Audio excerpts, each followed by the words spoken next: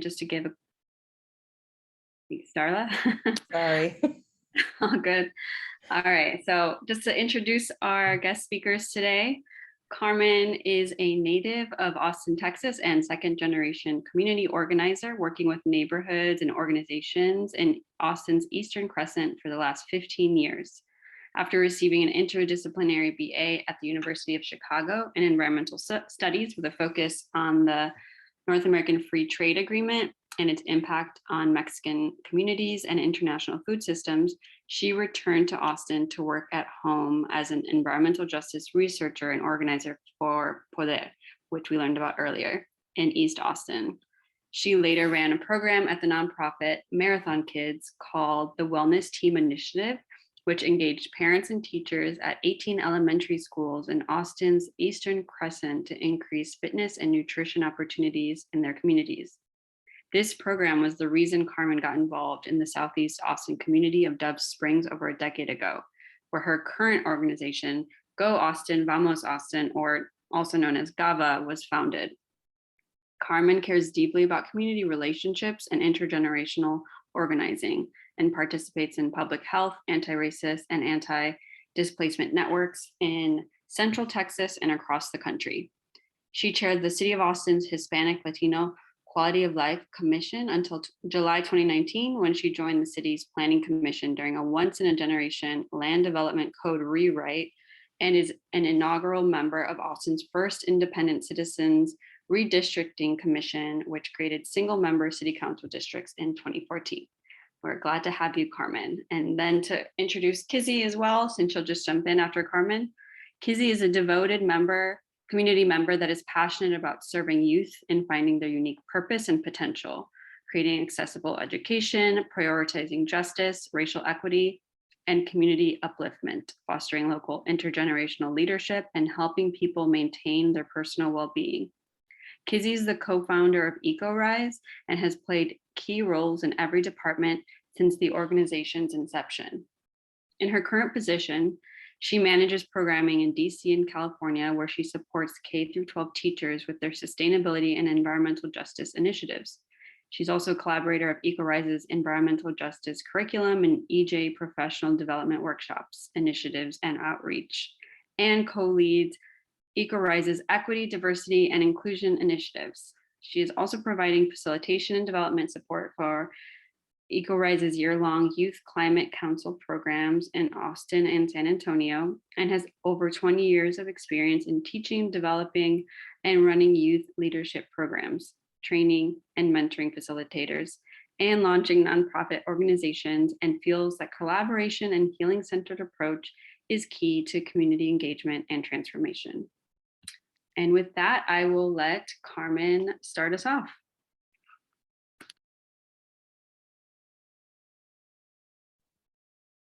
Good afternoon, everyone, and happy Earth Day.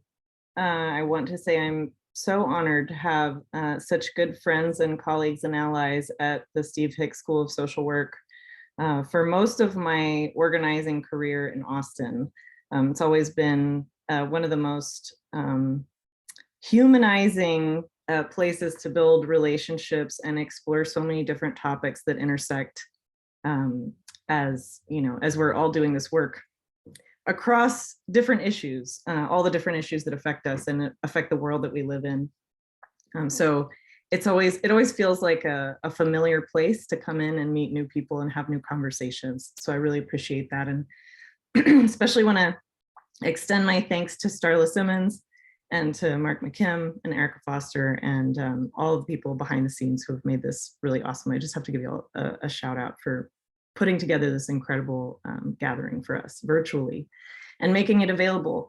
And just to tell you a little bit, again, about who I am, thank you for the long bio. I've gotten to wear a lot of hats in this town, but I really am, another person navigating this very interesting intersection of systems in this fast growing city of Austin, Texas, which is very, very ecologically unique, as well as culturally unique. But all of the different people who have lived here since, some of the people we learn about as native people to this land, Comanche, Apache, Tonkawa, Lipan Apache, Coahuilteca, other names that people's own tribes have had. It's really important, I think, to acknowledge that where we are has been a very special place to people as long as people have been here.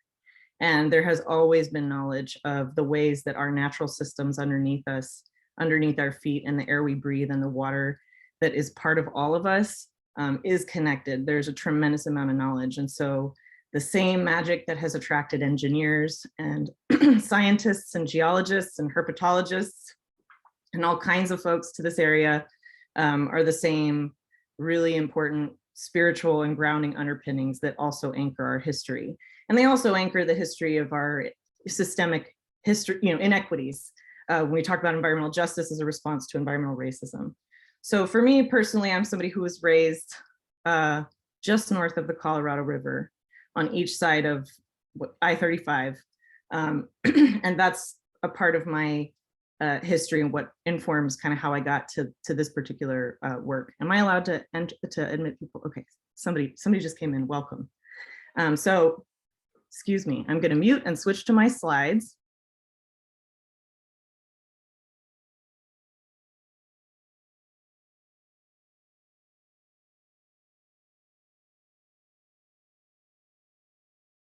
It's good to know we're still in the 21st century where a cell phone ring can interrupt a presenter. Sorry, y'all.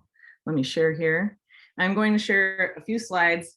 I tend to talk a lot through my slides, so I'm going to move through these. Some of them are visual, a few are very texty, but what's more important is kind of giving you all a picture of how GAVA, as an organization that started in childhood obesity prevention and intervention, got into climate resilience and also defining for community and with community what resilience really is and redefining it over and over again as we face what we're facing in the 2020s. So let me pull up my slides for you here.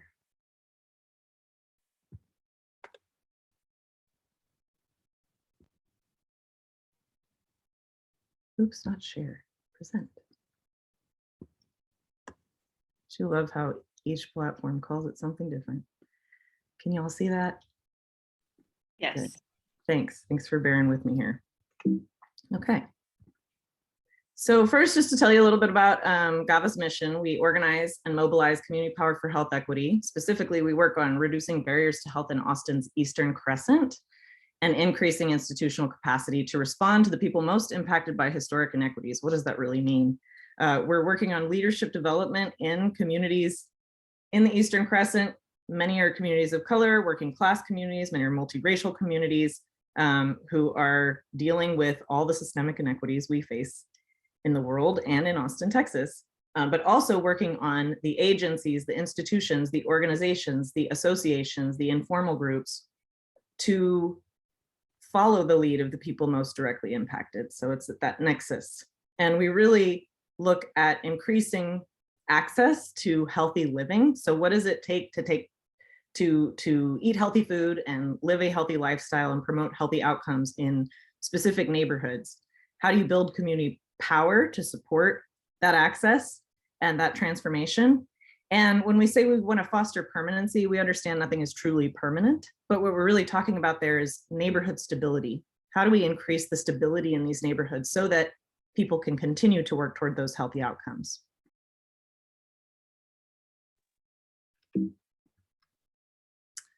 So this is my textiest slide, and you'll get to have access to this later, but in those three areas, a little bit more specifically what that means is we don't really provide programs and services. We actually support communities to develop the kinds of programming that serves them or to adapt existing programs and services to reach and be more relevant and led by certain communities who might not be represented because maybe they speak a different language and not necessarily Spanish. In North Austin, that could be a myriad of other languages, and also just culturally accessible, economically accessible, whether that's fresh produce at a market or a vegetable stand or pedestrian infrastructure that looks a certain kind of way, but also can be connecting people to existing resources that they maybe previously didn't have, building relationships across those networks to transform things, building community power through leadership development and engagement, and then fostering that neighborhood stability by looking at what are those specific policies and tools. As GAVA has spun off as an independent organization, we've looked really critically at anti-displacement and climate resilience as big topics that we were not set out originally or funded to address, but that we understand are absolutely critical if we're going to look at people's health long-term in the neighborhoods. So as I mentioned, we started as a childhood obesity intervention because of these hotspots in Southeast Austin and North Central Austin, and areas where in Austin's Eastern Crescent, because of a number of factors, we're seeing an alarming concentration. Of course, this is a good 10, 15 years ago of childhood obesity, type 2 diabetes. And this initiative, GAVA, Go Austin, Vamos Austin, we actually were born as an initiative of the Michael and Susan Dell Foundation as a public health intervention of funding multiple nonprofits in a particular area to improve the health of the built environment and increase access to healthy food and physical activity opportunities. And so we looked at these specific issues around coordinated school health, the meals, the physical activity, the health promotion, the lessons, support for PE teachers and for teachers and for parents, school gardening, all of these different aspects, because children spend so much of their time in school and eat so many of their calories in school. And we worked on this in early childhood as well. And physical activity, millions and millions of dollars of park infrastructure and pedestrian infrastructure that we have successfully as a coalition leveraged from the city, from private investors, to get these basic amenities and activate green spaces in ways that community really designs for themselves. And bringing farm stands, the Healthy Corner Store initiative, trying that out, but really coming to now what we have is a resident-led, resident-run produce distribution program with a pay what you can kind of model. And this is how far we've come from just trying to get different folks to the farmers market, which oftentimes is not economically, geographically, or culturally accessible to some of our folks, and actually, bringing it to the neighborhoods, to the apartment complexes, to the rec centers, to now the neighbors themselves bringing it out, selling, splitting shares, negotiating, doing the kinds of things that they want to do, and supporting that in a cooperative and entrepreneurial background. So this is kind of the trajectory we've moved in. Community safety, which sometimes has to do with police community relations, more oftentimes has to do with traffic safety and built environment infrastructure. And so that's a lot of the work that we've done in the past. And over time, what became very clear is that this work was really social determinants of health. Social determinants are the structural and determinants, the conditions where we live, work, age, play, pray, worship, right? These are all of these factors that play into our health outcomes. And this has been the big buzzword, big buzz phrase in population health for the last 10 years or so. And I like to say, some of you have probably seen me present in other spaces and say this, but I always have to bring it back to the environmental justice movement as this amazing day is focused around, because the environmental justice movement is where I learned about looking at the environment as where we live, work, learn, play, and pray. That was how the environmental justice movement responded to the exclusion of the environmental movement, to the human element, to the way that people were existing in their environment and how the environment affects our health, just like it affects the rest of the health of our ecosystems and organisms all around us. And that includes exposure to toxic industry, which is really where environmental racism became first acknowledged. And the environmental justice movement still is about exposure to toxic industry from extraction all the way to dumping. But at the same time, all of these things intersect with our educational system, with the language we speak, with our relationship to racism, to colorism, to colonization, to nationality, all of these different things, to ableism, gender, sexuality, they all intersect. And so that growing edge of the environmental justice movement is also the growing edge of the population health movement. And so GAVA found ourselves here as a place-based initiative. In the words of Audre Lorde, we don't live single issue lives. So how are we doing everything under the sun? How are we trying not to boil the ocean? when we realized that the same neighborhoods, see those hot spots here to the left of childhood obesity, that hot spot to the southeast in the next map is the buyout zone of the Halloween floods. Those are whole neighborhoods that were destroyed by floods that were not just catastrophic and out of the blue, but culminated with all of these systemic inequities and inequitable land use and management decisions that disproportionately affected certain communities, right? And so this is not coincidence, right? Then you look at the next map. This is Atlas 14. This is the changing of the floodplains in the face of climate change and increased rain patterns. But it's not just climate change. It's also the pavement upstream. It's the development upstream. It's the rapid growth of the entire hill country. We're not just talking about Austin's land use wars and real estate. We're talking about a 17 county area that is exploding in growth and has this magical system of water that our ancestors knew about and put on petroglyphs because they align with the constellations above us. This is a very sacred place that is undergoing all this rapid development, and these communities are experiencing all of this at that intersection. So the final map is the expansion of the 100-year floodplain, which used to be the 500-year floodplain.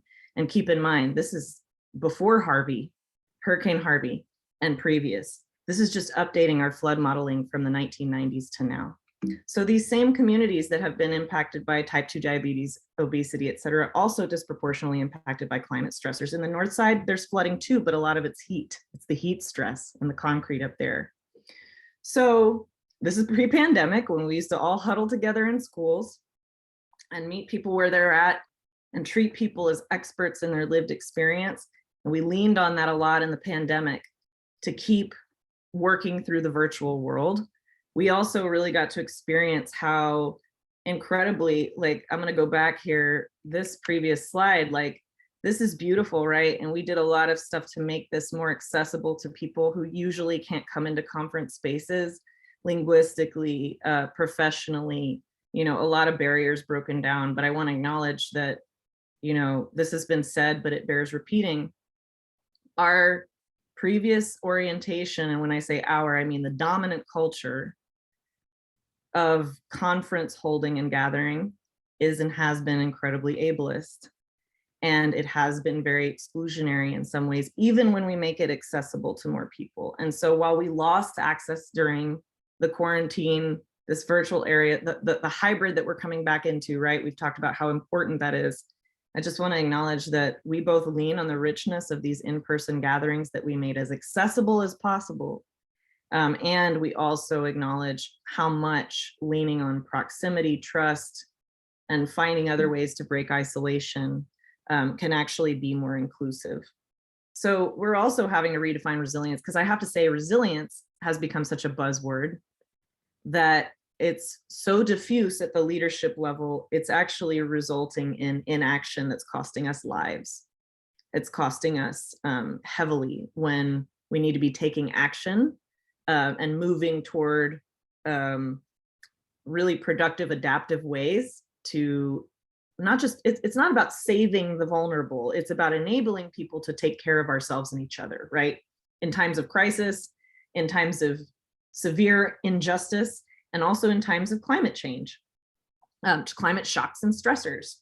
So resilience is so buzzy and so big an umbrella that when we brought this into the community, as we started getting institutional support to do resilience work, we saw the connection to the issues, the organizing, the leadership development, the people who are their own first responders have to sometimes be their own drainage maintenance crews, their expertise, and the expertise of the champions in those city departments.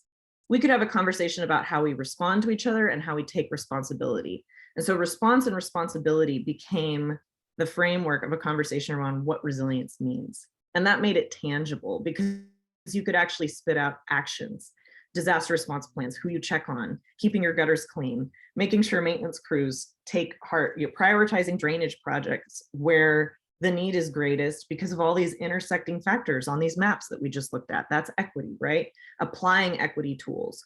It spits out into money and implementation and stuff and actions and people and networks.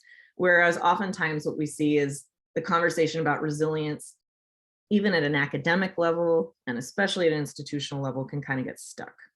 And meanwhile, we're all getting burnt out because this stuff is hard and it's been getting harder, right? So we need to recognize that we are under suboptimal conditions, right?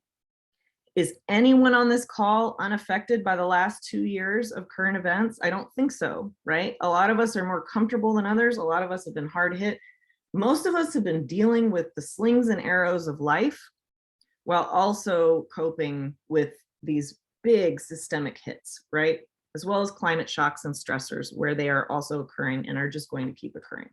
So we need to recognize that we're under suboptimal conditions. We've got systems actually crumbling. Where we used to talk about systems change, we're like at systems triage, right?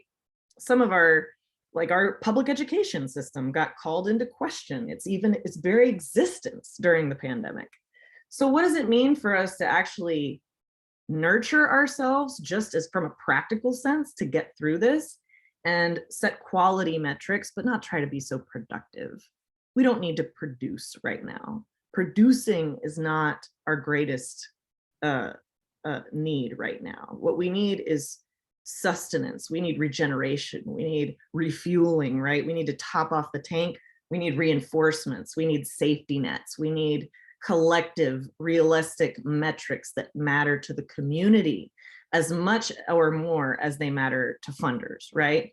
We need to recognize that people cannot keep shooting out amazing outcomes and keeping our, all of these impressive forward steps that we have as nonprofits, as, academics, as basic working class people striving to prove our worth in a capitalist society.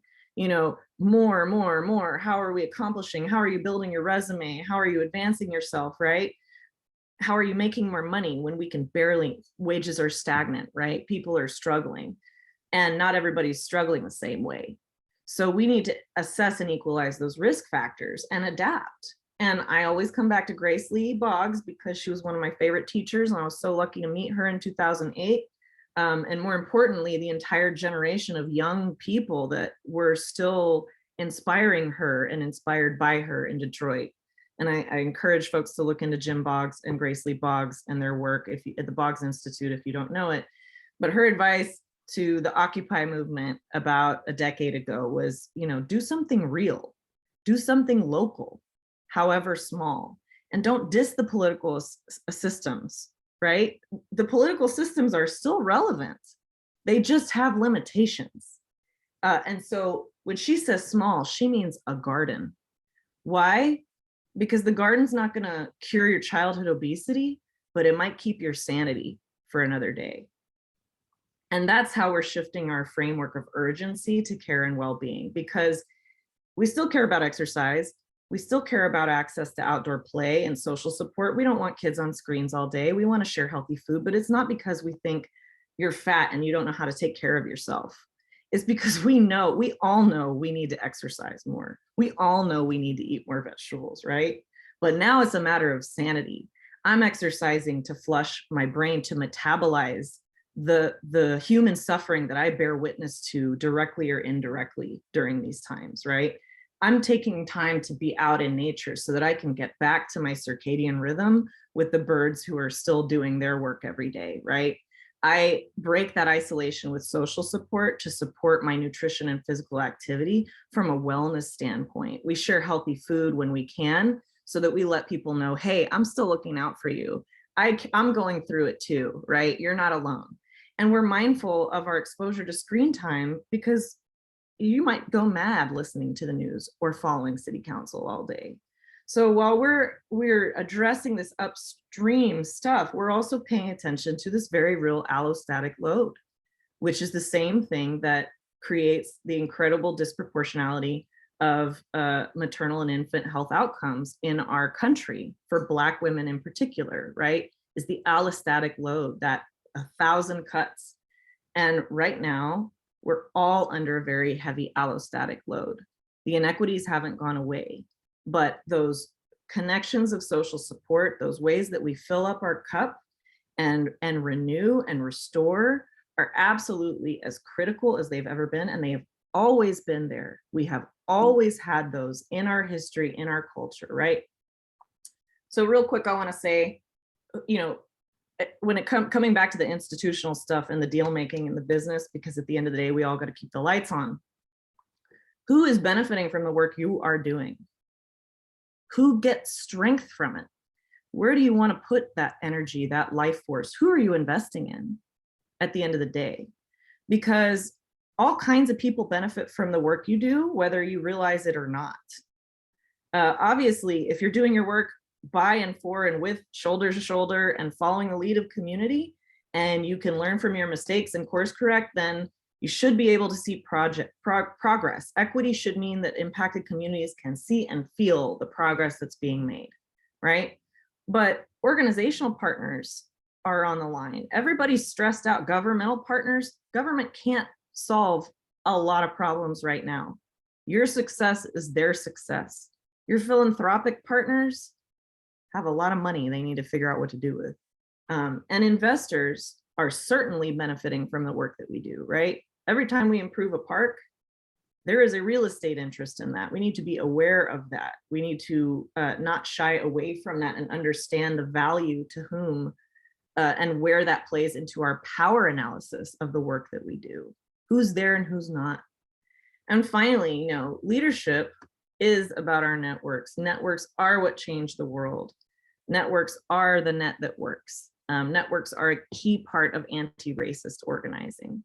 Anti-racist organizing is humanizing organizing. That's something I learned from Ron Chisholm and the People's Institute for Survival and Beyond. Anti-racist organizing is humanizing organizing, because racism is dehumanizing to all of us,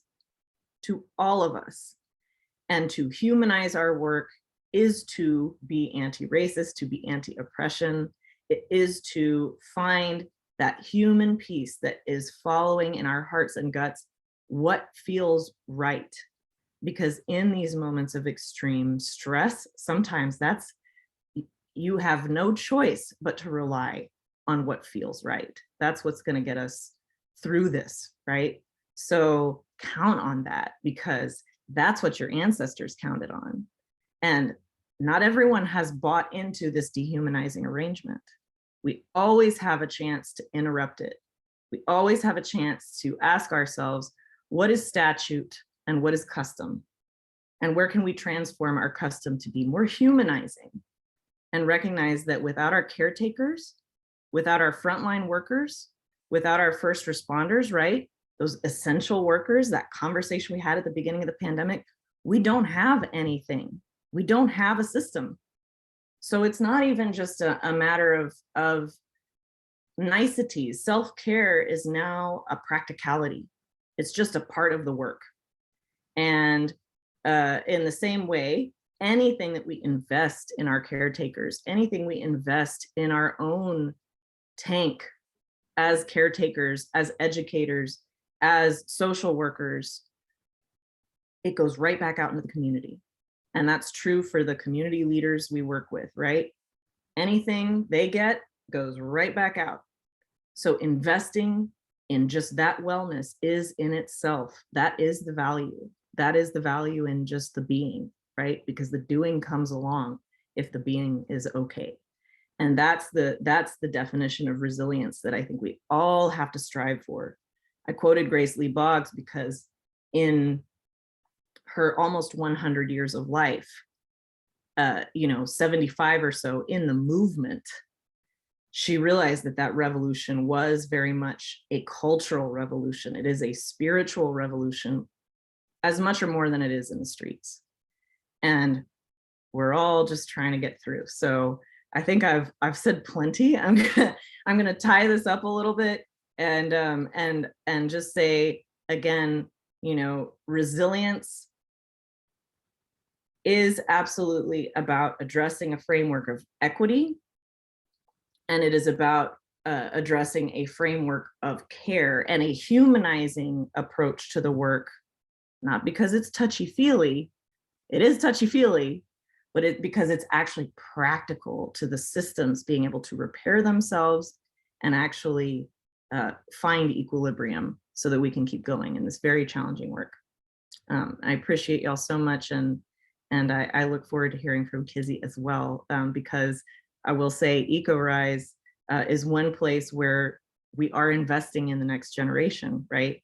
And in our work in Williamson Creek, especially, as we've engaged groups like Urban Roots and brought youth into this, the perspective we see toward our natural spaces and what they mean to our practical advancement as people and to our neighborhoods is very distinct and complementary in the youth perspective as it is from the adult perspective and the elder perspective, especially as Austin has changed.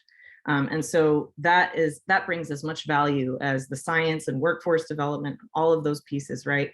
But I really just want to give a shout out, because that youth development work is how I got into this. Rosia Villalobos is one of my contemporaries. We were at the Young Scholars for Justice together with Poder. And this is how we awaken our networks and leverage our perspectives and our resources. So that's a big part of resilience too. Yeah, Rocio is my fellow LBJ Jaguar too. I just have to say that. So with that, I'm gonna pass it on to Kizzy, and if we have more question time, that is better, I think, for everyone. Thanks so much, y'all. Thank you, Carmen. That was great. Kizzy, I'll let you take it from here.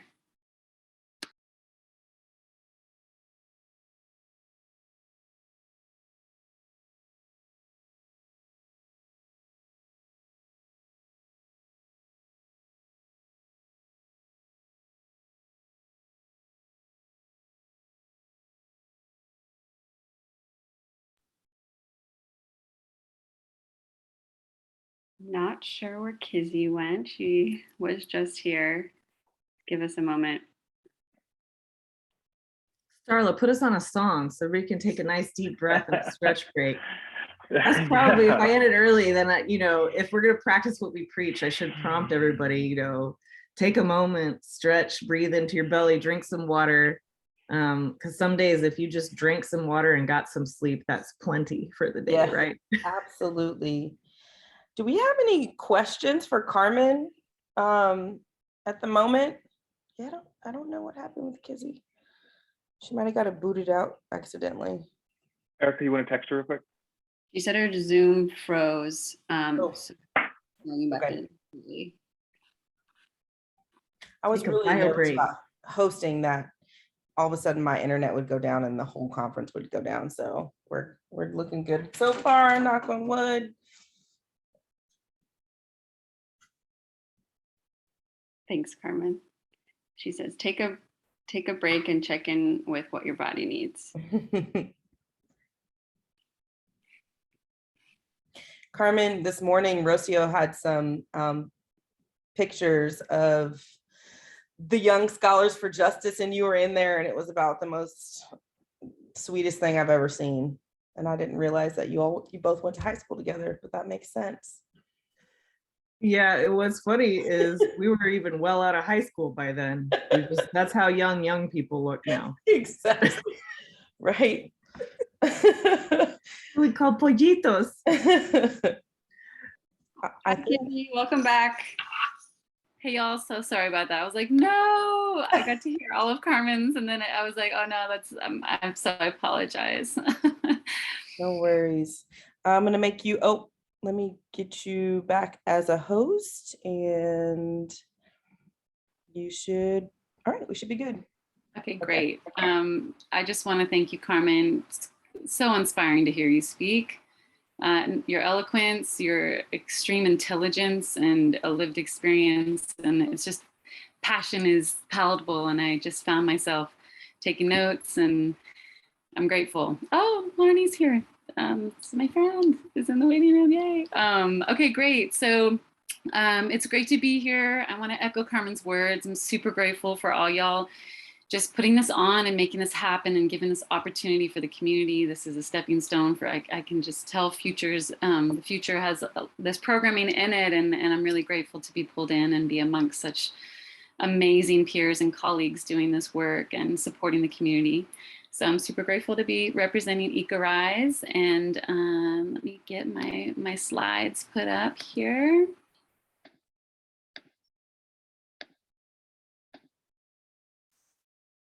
All right, can you see? Are we good? All right, great. So I'm just going to take a moment. My name is Kizzy, Hannibal Xolani, and I'm here in Austin raising my family. I've been here about 22 years. But I wanted to tell, and I've been here and helped start 2 nonprofits here in Austin. Amala Foundation is one of them. That was like my first love. And community service work, and worked there for 15, 20 years. And then I helped Gina Lamott, a good dear friend of mine, start EcoRise. But something that I think all of us are getting familiar with in this work that we really foster with the youth that we work with in EcoRise is really understanding how shared knowledge that used to not be accessible when we were younger helps you kind of realize your place and your experience. And so I wanted to share a tiny bit about my upbringing. And there's me and my mama. I have a family of 5, but this is just the only picture I had on my my refrigerator last night. But I grew up in California, actually, in the Central Valley in the Food Belt, specifically in Watsonville. That upper left picture is that is like from the back of my mind. I grew up in near and around those fields all the time. And this is actually the Watsonville Slough that is right next to it. I actually grew up swimming in that. And this is before my parents had any knowledge about what maybe runoff was and sloughs were. And I remember being sprayed by crop dusters all the time. I remember seeing all the workers getting sprayed. We didn't really think anything of it. And then flash forward, I went to college in Eastern Washington, and on that lower corner, I was amongst tons of onion fields. And in college, we would like go and swim in that slough right there. There's cliffs that we would jump off of and swim in. And because of this, I actually was a victim of chemical poisoning. I had like serious glyphosate poisoning and pesticide poisoning. I got extremely sick in my early 20s at a time when everyone's kind of feeling freed up and vibrant. And it was a really beautiful offering, just like we all hopefully are learning that the trials and tribulations turn into medicine for our journey. And I learned a lot. And it was really hard to be so super sick. I was covered in eczema and facing chemotherapy and lots of things. But what it really led to was, first of all, being humbled and realizing how important our health is, and then diving deep into investigating our food industry and big ag specifically, because that is really what affected me, that industry and the wickedness of that industry and the way that that plays its own arm in the whole branch of environmental racism, and how important it is for informed knowledge and how hidden it is, and how so many citizens are innocent bystanders, and then obviously the frontline workers take the biggest hit. So it has formed my whole entire life. And then the next slide I just want to say is that after arriving in Austin, Austin is a place of my healing. This is where my sickness really took force. And like Carmen said, this is an ancient healing space. And I really am grateful for the city holding my healing and the waters holding my healing. And I dove really deeply into youth work and ecotherapy work as well. I've spent the last 20 years really bringing youth from age 3 all the way up to 25 into the woods for experiences of just well-being and connection. And we have really fostered this experience of you can do intergenerational programs. Sometimes in the educational sector, we get really defined by the age group we're working in. And me and my husband have had a lot of success of really fostering intergenerational experiences and giving teens and older kids the opportunity to really be aware of their presence and have leadership, and then having elders there to really guide them and having little people there. And I was just talking to Starla that where is this gone? This slide for me is painful in the sense that I'm at the stage of my life where this feels really far away, even though most of these slides are just from 2020. But if only I could support my family doing this work. But and this brings us to EcoRise. So I helped start, and let's see, why is it beeping? Here we go. I helped start EcoRise, and we are a actual national organization. We started here in Austin with a couple schools here in Austin, working with KIPP Academy and Austin Can. But we are our motive and our mission and our passion, we're a passion-driven organization, is really to mobilize this next generation and really support the teachers that are doing that. And that, you know, keeping the wins and the sails, that we can design healthy and just and thriving communities, even though it's exhausting sometimes and it feels almost, you know, insidious, the parasites that we're facing and the systemic racism. But we really kind of try and work in that intersectionality of sustainability education, climate resilience, environmental justice, and really green career pathways, giving youth the opportunity to step into an experience and get workforce experience and mentors to work with those youth so that they can be the leaders of creating, you know, solutions for their communities to come.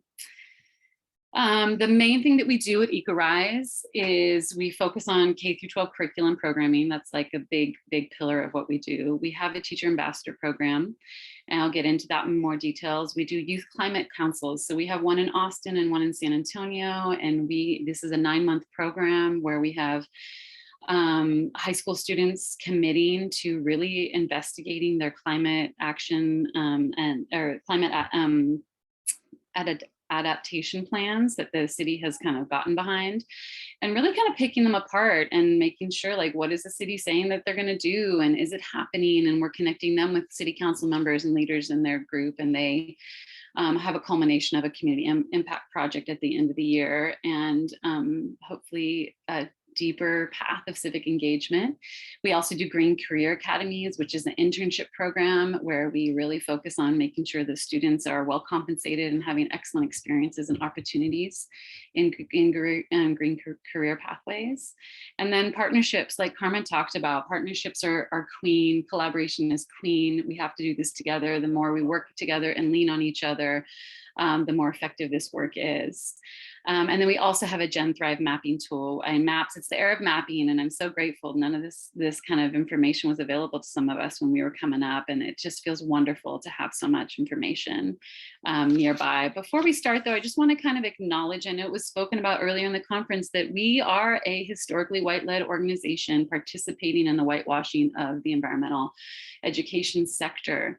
And we want to be really frank about that. You know, 4 years ago, we really decided to prioritize race equity work and take a hard look internally at what's going on and make some really commitments to, you know, what we're doing, how we hire, reimagining our budget allocation, and creating consistent internal systems of support and reflection and evaluation of what's going on. And, you know, it's an ongoing process. We are never expecting to arrive anywhere. It is a journey of, you know, striving to be an anti-racist organization, but it's really important. We did a whole webinar that I can share with people. We like to talk about it so that other organizations that have desire to start pulling back the curtain and really taking a hard look on the way that you're participating and supporting kind of the dominance of this industry, that we want to make sure that we can all talk frankly about that and support each other doing this work together. So just wanted to kind of frame that's there, and it's important to acknowledge that we have pitfalls still, and we have growth edges still, and we are really interested in making sure that we can see them and do the work that as fast as we can and as thoroughly as we can. So a little bit of what we offer a whole suite of curriculum to all of our community. We have the general one-on-one environmental sustainability curriculum. We teach kids design thinking skills that are traditionally reserved for upper education, undergrad and grad schools. We support teachers with their students who want to create social entrepreneurships with our business for social good. We do biomimicry and science. We have an environmental justice curriculum, which I'll dive more into, that's free for everybody. And then we focus on the built environment and understanding the career pathways that are there and how your environment kind of affects your well-being and your health. So our teacher ambassador program, you know, understand, Carmen really spoke really eloquently about what, kind of resilience almost getting bogged down and turning into this catchphrase that it's actually almost like, oh yeah. And we started this ambassador program. We are almost everybody in our organization are former educators. And we started this ambassador program really in hopes to acknowledge teachers. We know what it's like. Teachers never get the acknowledgement that they need. And there's champion teachers out there. And we wanted to really love them up, give them financial compensation, but create a cohort for them to be able to kind of have a platform to do their work in a stronger setting. And when everything shut down, it became very clear, alarmingly clear, that there was no more need for action, that like the work was really to kind of sit and listen and observe and figure out what is, to pause really and become collaborators and letting these ambassadors really kind of lead us in this very current, as we all know, the school systems are so stressed right now. And so every month we're almost like, what's the need? What's the need right now? The need might not be the sustainability STEM, which it's frankly not in most districts. But, this program itself has been an anchor for these teachers. It's a cohort of 30 teachers. There's 70% of the cohort is BIPOC teachers of color. And it is has turned into like the ripple effect because of the way that we are able to kind of we had a touch space, and everyone reports that they are kind of holding a little bit of a deeper anchor for their colleagues at this moment, and how much that has been a lifeline for them. And how important it is to prioritize fostering cohorts and fostering spaces where there's long-term relationships happening. And then obviously just celebrating excellence and really having these role models be more acknowledged within the community. All of these are my ambassadors that I work with within DC and California. And this one woman on the right is Charisse and her student Felicia. She was a student, and she then was so inspired by her relationship with Charisse Green that she went to school, got her teaching certificate, and now is teaching at the same school. And I just love to celebrate their story of like how mentorship changes lives, and it's so crucial. And it is enough. It is enough to affect one student. We all can recall our mentors that pivoted our lives and completely helped fortify who we were. So we also have youth programming, which you've heard a little bit about. And, we have a couple arms of it. We have a student innovation fund where we give money directly to student community impact projects that they have designed. They have learned this skill of taking pretty specific observational data and numerical data really, and decided and used their design thinking skills, what they want to do to improve their community. The youth councils that I spoke about, we have a couple more starting in Atlanta, in Boston, and New York City. And we also do the Green Career Academy, which is where we get internships happening for the summer, and really knowing that this industry has a really racist history, and it's crucial to kind of open the doors and make sure these kids not only are getting well compensated, excellent education and civic engagement and green career pathway exposure, but they're also being mentored and paired with mentors in this field that represent, what them and their community, and they can see themselves and see the pathway for themselves. And then the cohort also comes together and they can see the diversity, and we do intentional pairing. So that students, that immediate networking and that immediate kind of validation of who you are and what you bring, I'm not quite sure what my time is at, is there. And it's a very successful program. It's a beautiful program. We actually are on our 4th year. And it is all due to collaboration and partnership. This is another kind of image of one of the projects that happened here in Austin. This was when Aikens was getting like a extension happening, and we had the CET department of AISD, and we had an architecture department and some mentors. And these students had a phenomenal experience, access to the inner workings of the industry and understanding all the different elements that it takes to create green buildings specifically, and what are your interests, and do you have desires for this? And a lot of airtime. We had some programs. We had interns this last summer from Boston, New York, I want to say San Antonio. I don't think there was any California, and Austin, and it was a really great cohort. And so we're really, grateful to be able to like help with workforce development and the resilience that is just inherent in just like keeping engaged, like just having the opportunities consistently there, keeping the program going so that the students continue to have a step forward and opportunity. So, and there's a little bit more of them getting to be and I want to say that we also, there's budgeting and funneling funds is like one of the first steps, and making sure that we have access to some robust national funds that aren't place-based at all. And we have a responsibility to funnel those funds to the frontline communities and the community-based organizations, and compensating the mentors coming from those community organizations, so that can, continue to be a productive cycle of support. We're also have written into our 2025 strategy that it's making sure that a big portion of any of the budget that we receive is allocated towards BIPOC-led organizations. And we actually have a really big funder where we're it's almost gone through completely, that we're being able to give half the budget to a New York organization, a BIPOC-led New York organization. And I'm grateful that there's been enough momentum and kind of community education around making sure that there's a social responsibility there that we feel like that we have as an organization.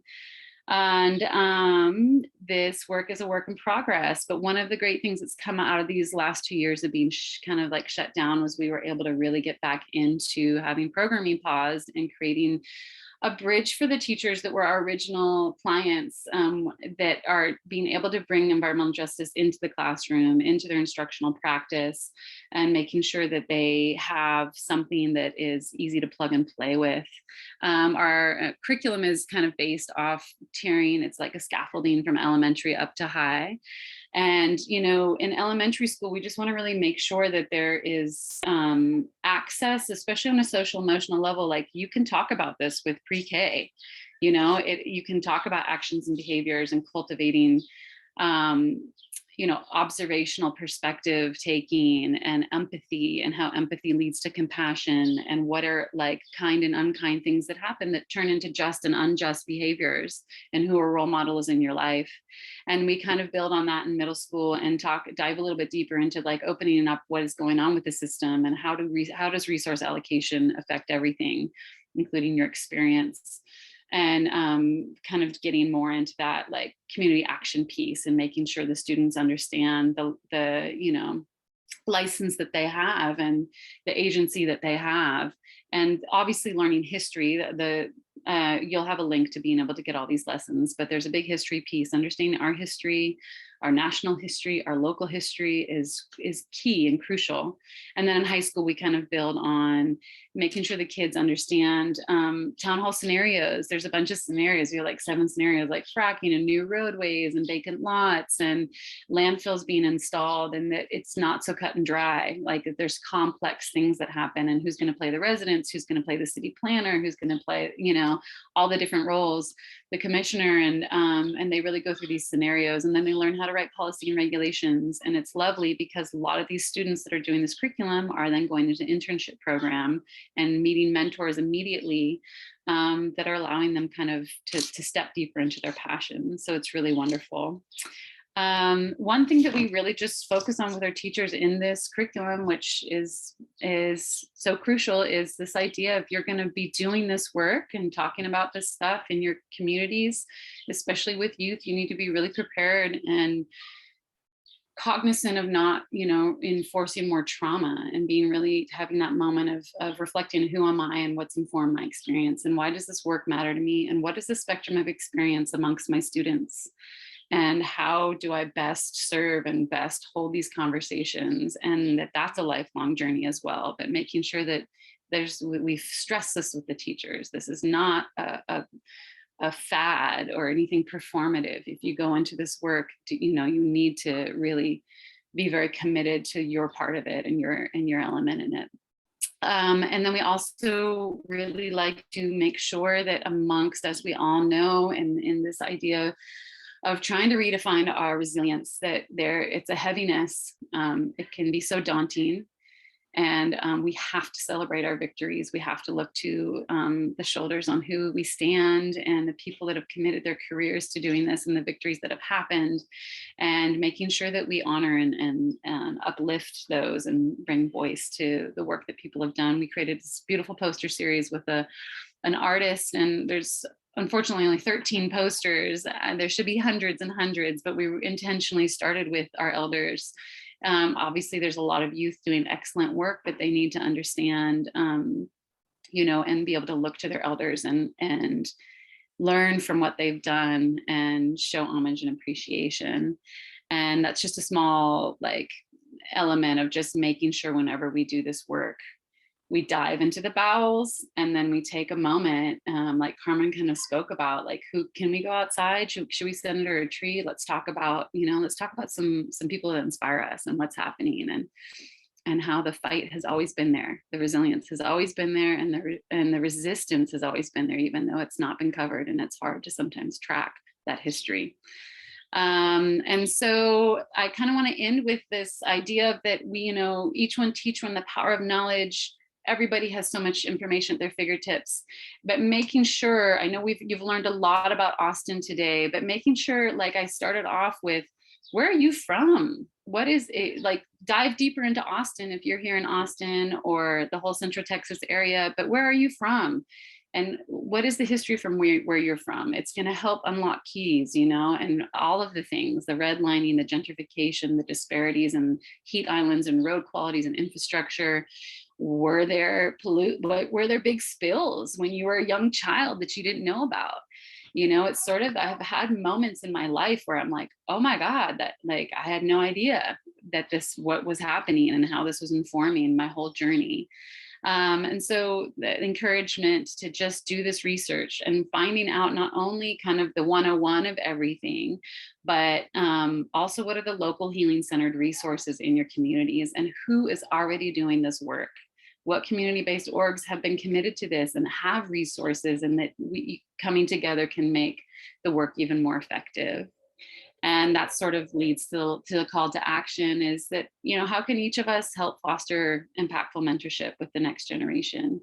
Some of us might have the skill set, and that's part of our wiring to directly work with youth. And some of us if that's not where we're at, how do we help others who are?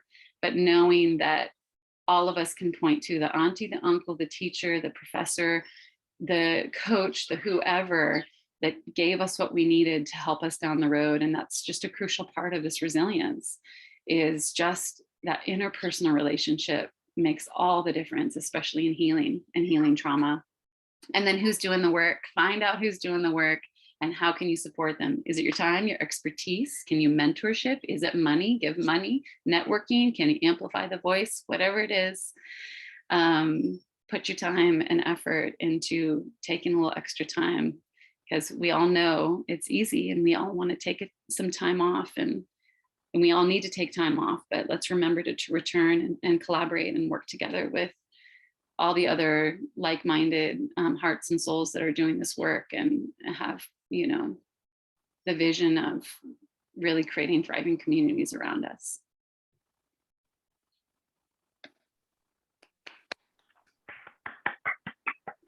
Thank you both so much. That was really incredible and powerful.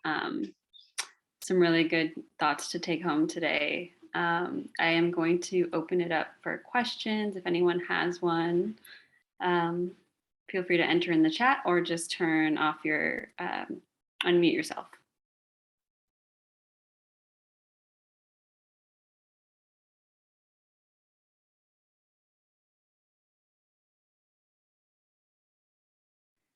I guess I can start, or I have one too, but you can go, Erica, if you have one.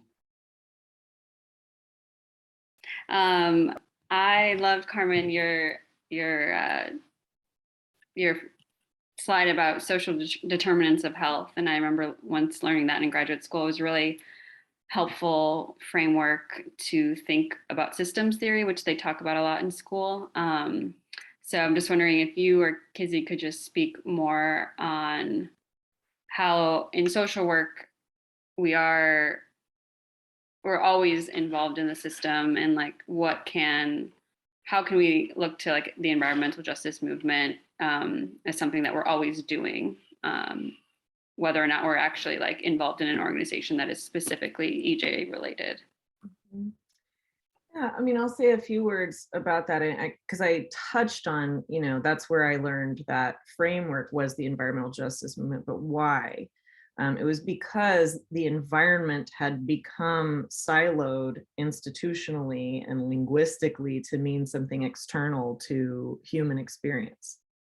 So that's really where, you had this intersection of like, oh, our relationship with the natural environment is also informed by the way that systems have structured our relationship to the school we go to, or where our parents go to work, or our guardian, or what we have to navigate from all of those different pieces, right? And those things then in turn influence our relationship to public policy, decision making, private access to where we're able to live, how we're able to get around, what kind of jobs we're able to take. And those things in turn influence the degree to which we're exposed to toxicity. And all of that cumulatively results in these downstream health outcomes. So that's why health ends up becoming the bucket where we see it, because that's where the chickens come home to roost. That's where it comes out on the outside, right? Kizzy's experience was like the system's result of corporate profit generation in systemic food systems, encroaching in our basic system of food production.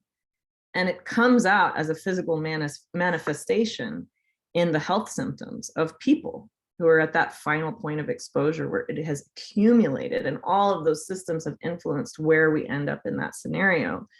But the health outcome is where it all shows up and can't be denied anymore. It's like my dad often talks about, he makes a parallel from the term non-point source pollution. When we talk about non-point source pollution, it's in the air, it's in the water, but you don't quite know where it's coming from, but it's there. And it is building up. And so my dad would talk about non-point source oppression. Sometimes it's not in your face. In fact, most of the time it's not. It's not the bigotry, it's not the slurs, that stuff's tied in, but it's really about the choices the structures that create the options in front of you, and how that all influences the way that you're interacting with your environment. And so the natural environment never stopped being a part of that, even if your whole world got paved up and cut off. The systems are still there, they're just interacting with everything that's now in front of it. So that's real, that makes sense you can feel that conceptually, and you can feel that in human experience. But in the silos and the file folders of academics, of city departments, of institutions, health gets pulled out, environment gets pulled out.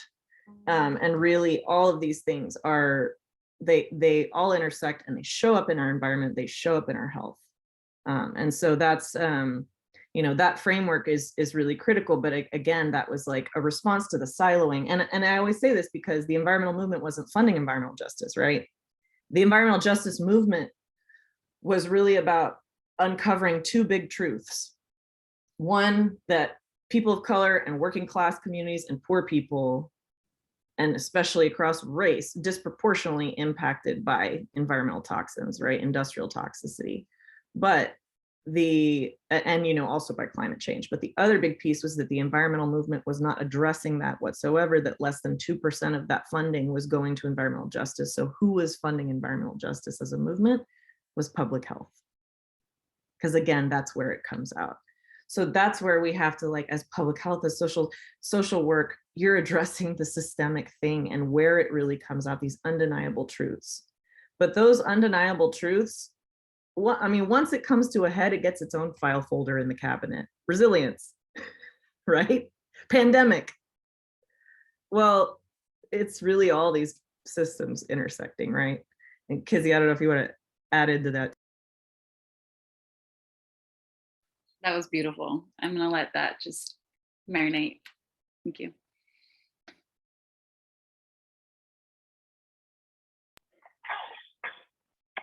Any I other guess I'm questions? confused about the Yeah, question.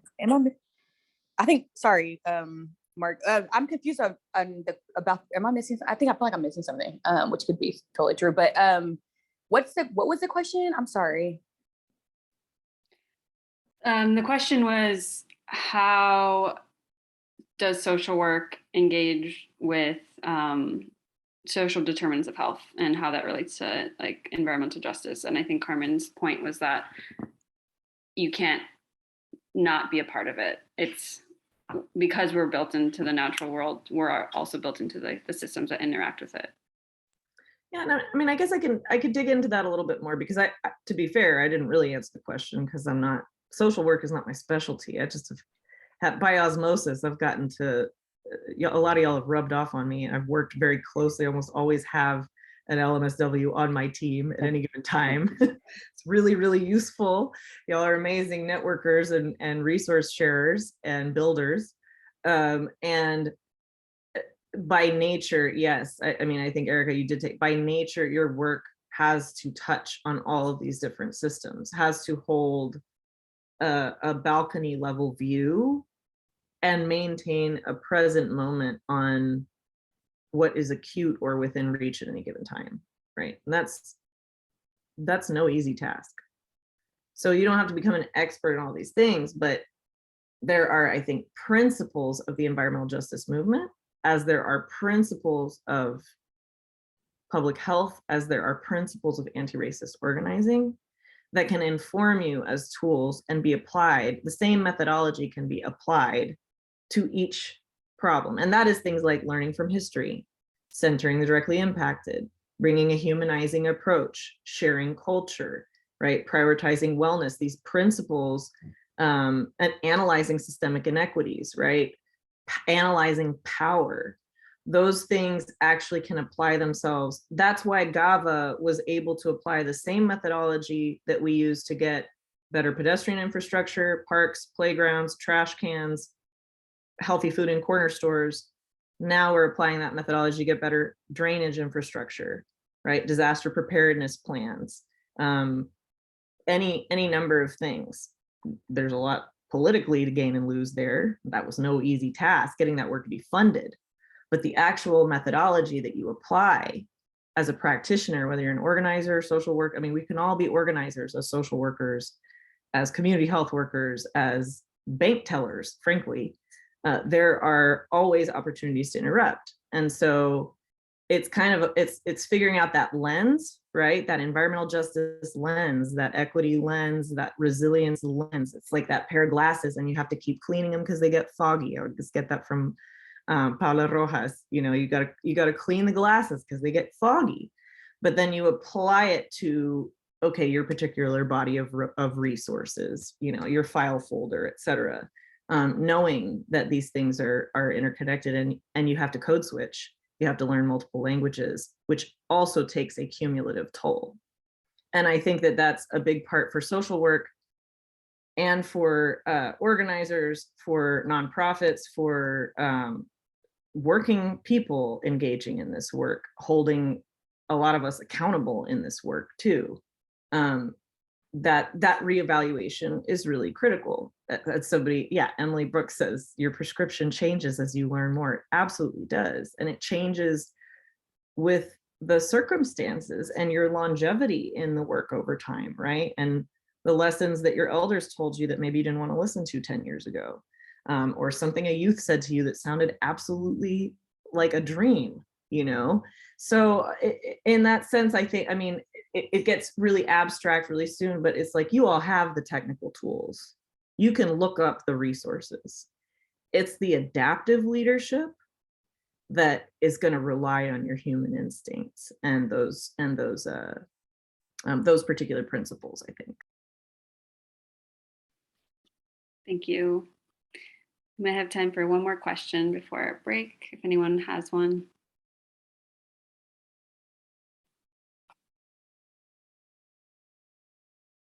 All right, thanks so much. Anybody who hasn't had a chance to ask, or no?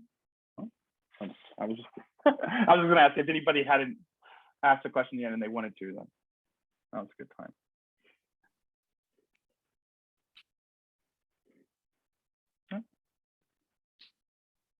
Okay. Mark, did you? Erica, yeah, a reminder, if you need a CEU for this panel and you're unable to go to the next one, go ahead and fill out the conference eval. I just put it in the chat. But if you are able to stay with us, which we hope you will, then just complete it at the end of the day, and then because it's a conference eval as well as for each panel. So thank you so much to our speakers and to everybody.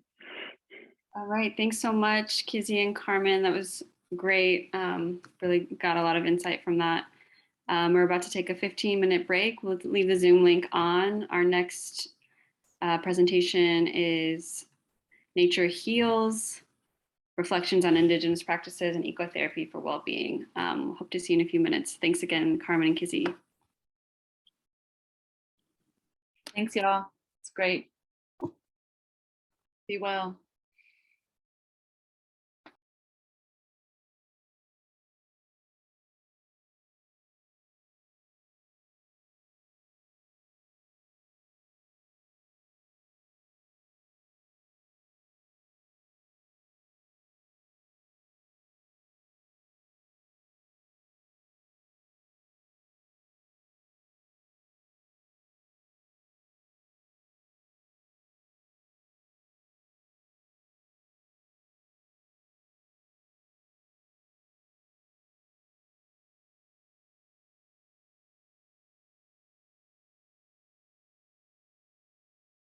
Heals. Sorry, I just keep coming late with that every time. It's all good. It's all good. Yeah, so the title of the talk is Nature Heals, Reflections on Indigenous Practices and Ecotherapy for Wellbeing. So far, we've heard a lot about environmental justice, and now we're in kind of the connection to nature as therapy and as healing, and now we'll hear a bit more at length. So I'd like to just share the bios real quick for Starla and Elder Marika Alvarado, and then we'll give them the floor. Starla is a Simmons, LCSW, is a clinical assistant professor who teaches social work practice and field education at the UT Steve Hicks School of Social Work here in Austin. She is strongly rooted in racial justice and liberation, with a passion for supporting the vitality, resilience, and collectivism of Black, Indigenous, and communities of color. Starla has over a decade of experience as a school social worker, providing a range of direct care services to students, families, and staff. She worked as the liaison and coordinator for Austin ISD's school mental health centers, providing consultation and operational support for school-based therapy services at 19 middle and high schools. Starla is a skilled and practiced and experienced facilitator around racial equity, social justice, and holistic practices such as mindfulness and ecotherapy. Previously, she served as interim executive director for Black Mamas ATX and board chair for Mama Sana Vibrant Women. Currently, she sits on the board of UT Elementary School. In 2016, Starla served as the Austin leader for the national nonprofit Outdoor Afro, which celebrates and inspires Black leadership in nature. She is the faculty liaison for the Environmental Justice and Ecotherapy Student Group and the Black Student Network at the Steve Hicks School of Social Work. At home, Starla is mama bear to her two children, Maya and Langston, and spirited partner to her husband, Thomas. She loves exploring natural swimming holes, sitting under trees, camping, and creative expression. Elder Marika Alvarado. Marika is an Apache woman who is a traditional healer, working in harmony with the plants of the earth and the rhythm of the body. She uses her knowledge of native plants in the form of teas, tinctures, and creams that she creates. Her work is in its purest traditional form. Nothing has been changed from what was taught to her by her elders. Marika has founded a school and nonprofit called Of the Earth Institute of Indigenous Cultures and Teachings, with the mission of passing down the knowledge of her elders so the medicine will not be lost. She also does lecture at Dell Medical School at the University of Texas, St. Stephen's Academy, and other locations. May we give a warm welcome to Starla and Elder Marika Alvarado.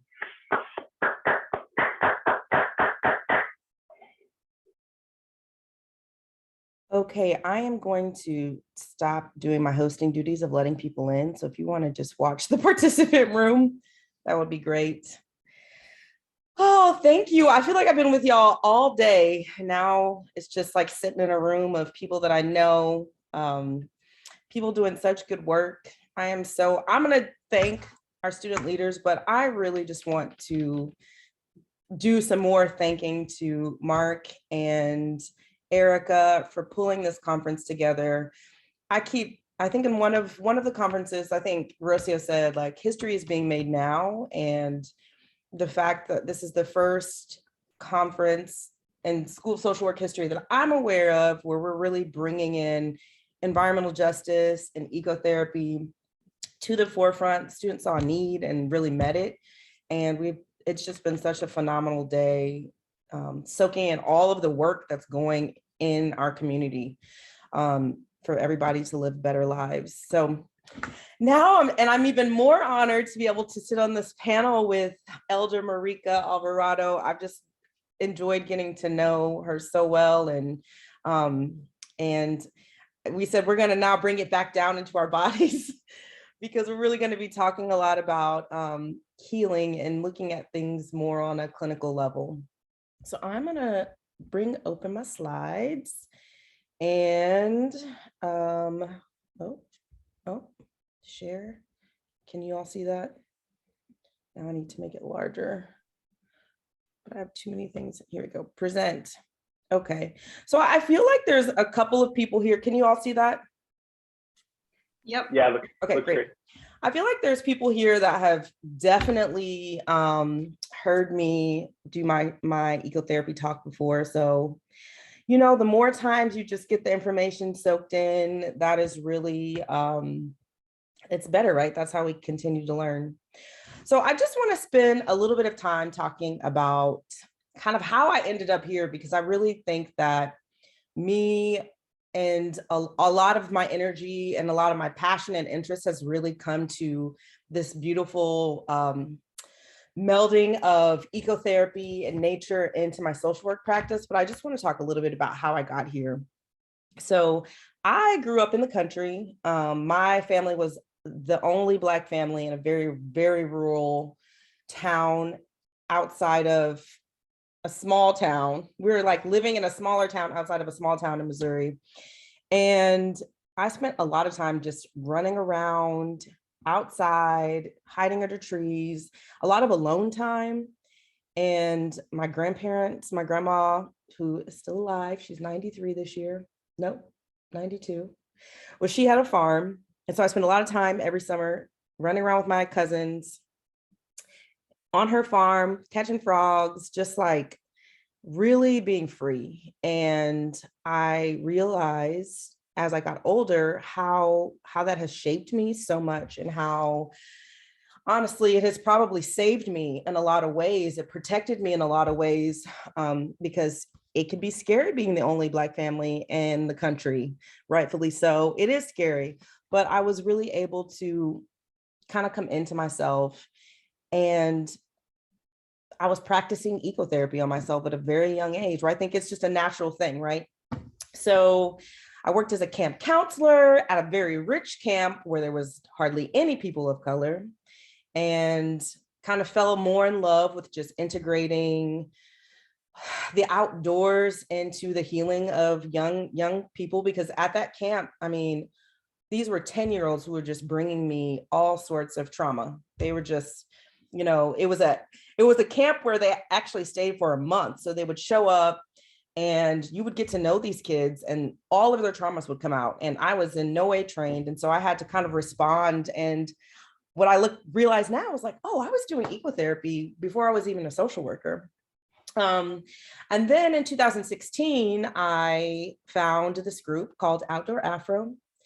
And it was amazing. It was just a social media site that was basically just pictures of Black people like camping, fishing, hiking. And I was like, those are my people. That's where I'm supposed to be. And so I applied for their leadership program. I got in, I went to Yosemite for the first time in my life. And there was 70 people. I remember, I will never forget this moment because it was like such a beautiful moment, standing in this circle under these like, you know, beautiful ancient trees, looking at 70 Black people, and we're all like in hiking gear, and we were just all geeking out like, is this for real? Are we really here? Is this, like, we found each other. It was like the Mecca. And so through that outdoor Afro experience, you know, I learned a lot about just the outdoors, but what was so beautiful about, I really connected the dots to me around how unique of an experience it is being in a Black body and loving sort of outdoor recreation or just being connected to nature. It really, the whole organization, the mission is about reconnecting Black people to nature and inspiring Black leaders in nature. So it was really about kind of coming back to what we know and changing the narrative about, you know, who owns nature or owning nature and its own, and how that in its essence is not what it's about. So I came back to, well, yeah. So 2016, I volunteered for 2 years, and we just led outdoor events. I led hikes, we went fishing, we went to Town Lake. We just did all of the very Austin outdoorsy things, and we just found a lot of joy. It was beautiful. It wasn't about it wasn't about service. It wasn't about giving back. It was really about connecting and finding joy. And it was so therapeutic. And I remember we had in 2016 too, after Trayvon Martin, we had healing hikes, and Outdoor Afro really, that was like our call to action. That summer, I remember just feeling so incredibly traumatized and angry. And all around the nation, all of the leaders held healing hikes on the same day or the same month, where we got Black people together. It's really funny when living in Texas in the summer doing these activities, because I was like, ooh, it's gonna be hot, and like they're out in the redwoods and we're like walking around Mueller sweating, but it was still very, very powerful. And I just really realized that, you know, nature is a healer. Nature is a healer, and it holds us in a way that is very important. And I just have to pause because my son just walked in. He and his dad are about to go out of town. So I might just hug him goodbye really quickly. But what I realized that summer was that nature was a healer, and it was kind of exactly what, and it was even more special of a healer for people of color, for Black people specifically, and how we needed to be held.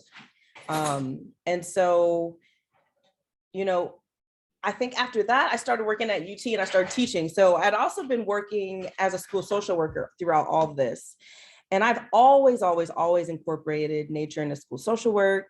I actually met Carmen way back in the day. We had a school garden at Pecan Springs Elementary. I've always incorporated all sorts of ways to be connected to the land, to be connected to the earth, and to the work that I've done with kids. And I'll talk a little bit more about that.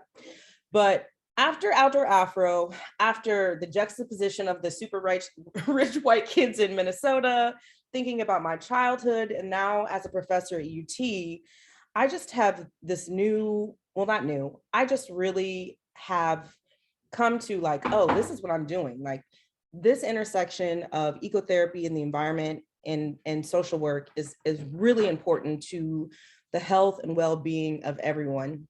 And so, and specifically using that lens, cleaning my lens constantly around racial and social justice, and how we have to it's not just like, ooh, nature, but really there's layers and there's intersections that we have to pay attention to when we're engaging in what is now modern ecotherapy.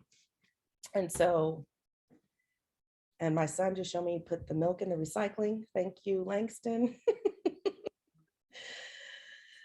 And this is a picture of me in Bastrop State Park with the beautiful loblolly pines. So some of you who are in my class that are here today, thank you for letting me use your picture. So now, you know, I am excited because we are really at this point where it's crucial to integrate and expand this person and environment theory that we have integrated into social work as like one of our founding theories, that we operate knowing that people are living at the intersection of all these different systems. And we talk about the environment, but sometimes in social work, we really lack a deeper conversation around what the environment means. And so not only is the environment this relationship with the nature, but it's also, as what has been expressed all day today, where we live, work, eat, play, and pray. And so this kind of relationship with nature and us being part of nature is really a huge healing resource, and has been something that I've leaned on in my work as a clinical social worker heavily. And it seems to just make sense. So, but, okay, well, you can put in the chat real quickly, how has nature helped you? I don't want to spend too much time, but I'm gonna keep moving forward.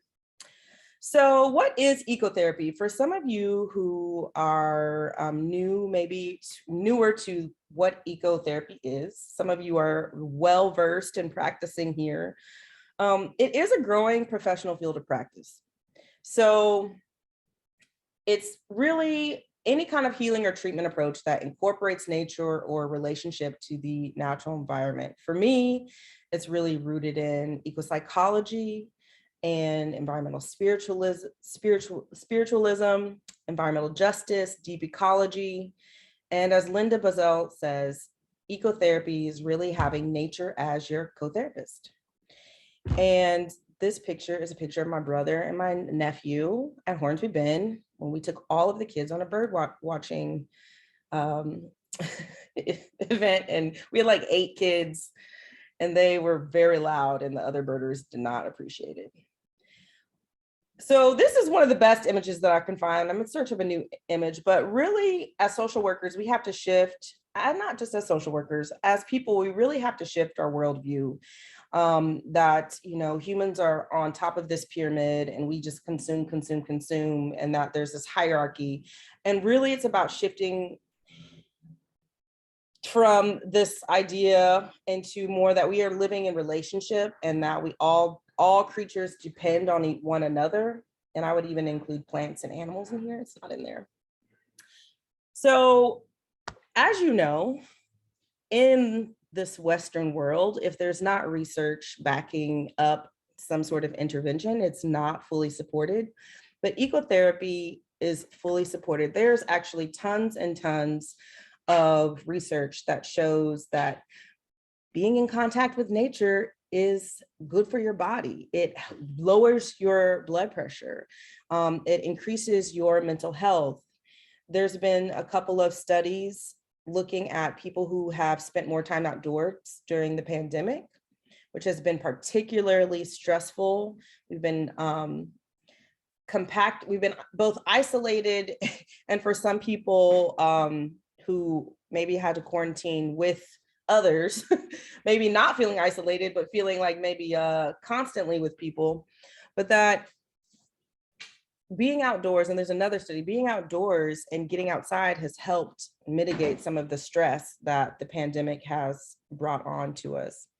And it was a safe place to go. One of Outdoor Afro's phrases during the pandemic was, nature never closes, like it's always open and available to you. A really exciting development over the last few years is that, so research has been saying like, okay, ecotherapy is legit, it actually helps. And this image shows a lot of the different research articles and the health benefits of nature. So I'm not going to read through all of those, you can read them yourself, but with some of this, the National Recreation and Parks Association said, hey, we need to create some sort of system where medical practitioners, clinical practitioners can prescribe nature. So we can say, all right, you know what, you're feeling very stressed, here's your medicine, but also, you know, maybe you should like go lay out in the blanket at the park for a little while and build that into your routine. So this may seem very doable for a lot of people. And we'll talk a lot about why this isn't doable for a lot of people. But what I think there's hope in is that there is this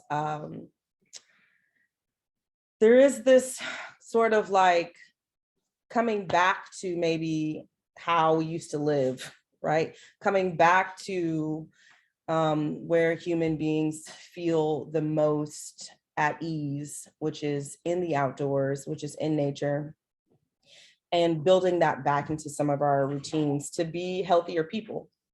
And Peace Park is one of the first parks, is the first park in Austin that if you go to the park prescription program website, Peace Park is a site for a nature prescription. So if you are in any kind of clinical setting and you want to connect into this park prescription program, we do have a site in Austin. Peace Park just got their information in the system online this year. So what we know is that connecting to nature is a very important way that can help us to reduce anxiety, reduce depression, and really adjust to crisis. And thinking about Rocio this morning, talking about her healing and having gone to therapy and not really feeling like that was working for her, but what did work for her was being able to go outside, run, and really just like breathe in air, be in the elements. All of that is good for our bodies. It reduces our levels of stress. It enhances our state of mind, and it improves our parasympathetic nervous system functioning. And the parasympathetic nervous system functioning is what tells our brain to relax, especially if you are in a state of fight, flight, fright, or freeze. And for all you social workers who are really attuned to trauma language, if you are out of your window of tolerance, which is where you're able to feel homeostasis, connecting to nature, forest bathing, engaging in any kind of ecotherapy has been proven to just help your nervous system to just chill. And sometimes that seems obvious, like, yeah, that makes sense. But there's a lot of reasons why people are disconnected from nature, why it isn't just this quick fix. And I'm going to talk a little bit more about that. But this is me when my little girl Maya was teensy, and they're the most wonderful tree swings at the LBJ Wildflower Center. And if you are a UT student, you get in for free. They have the most wonderful tree swings under their live oaks. And it's so nice. Oh, it's like that motion too of like rocking back and forth. I mean, that helps bring down the nervous system as well. That's why we rock babies. So like to be able to sit under a tree and just swing is so calming. It can be so calming. So one of my favorite places. So what we know is that nature heals. And some people kind of wonder like, well, as a social worker, how do I do ecotherapy? Or how do I need to be trained? Do I need to be certified? And you don't, you really don't. There are definitely training and certifications, but like I said, I didn't realize that. I didn't actually know ecotherapy was a field until about 6 years ago when I went to a training, and I was like, oh, I am an ecotherapist. I've been doing ecotherapy since forever. And so for me, it's really about that connection to nature and that connection to and connecting others to our natural way of being. So it can be formal or informal. You can facilitate it by yourself, to yourself. It can be as an individual or in a group. And you can even do, ecotherapy can be done inside or outside. You don't have to be, you know, hiking in the woods in the elements to be practicing ecotherapy. Especially since a lot of people have a lot of reasons why they don't want to be hiking in the woods. And that could be from allergies or from historical trauma. And I'll talk a little bit more about that. So it doesn't have to be this extreme out in the elements type of thing. It really is about nurturing and developing and being intentional and having awareness to our existence as beings that are alive on this planet, in this planet, with this planet. And that can be done in so many different ways. So the ecotherapy umbrella, this is probably not an exhaustive list, but lots of things that are considered ecotherapy. Hold on, I'm gonna pause. Bye, love you. There goes my family off to Kansas. A lot of things that fall under the ecotherapy umbrella. I'm just gonna give a hug real quick. Say bye. Goodbye. Bye. Thank you. I feel like my kids have just been in a lot of my presentations in the last 2 years. It's all good. Let me recenter. Okay, so ecotherapy. Lots of things can be ecotherapy.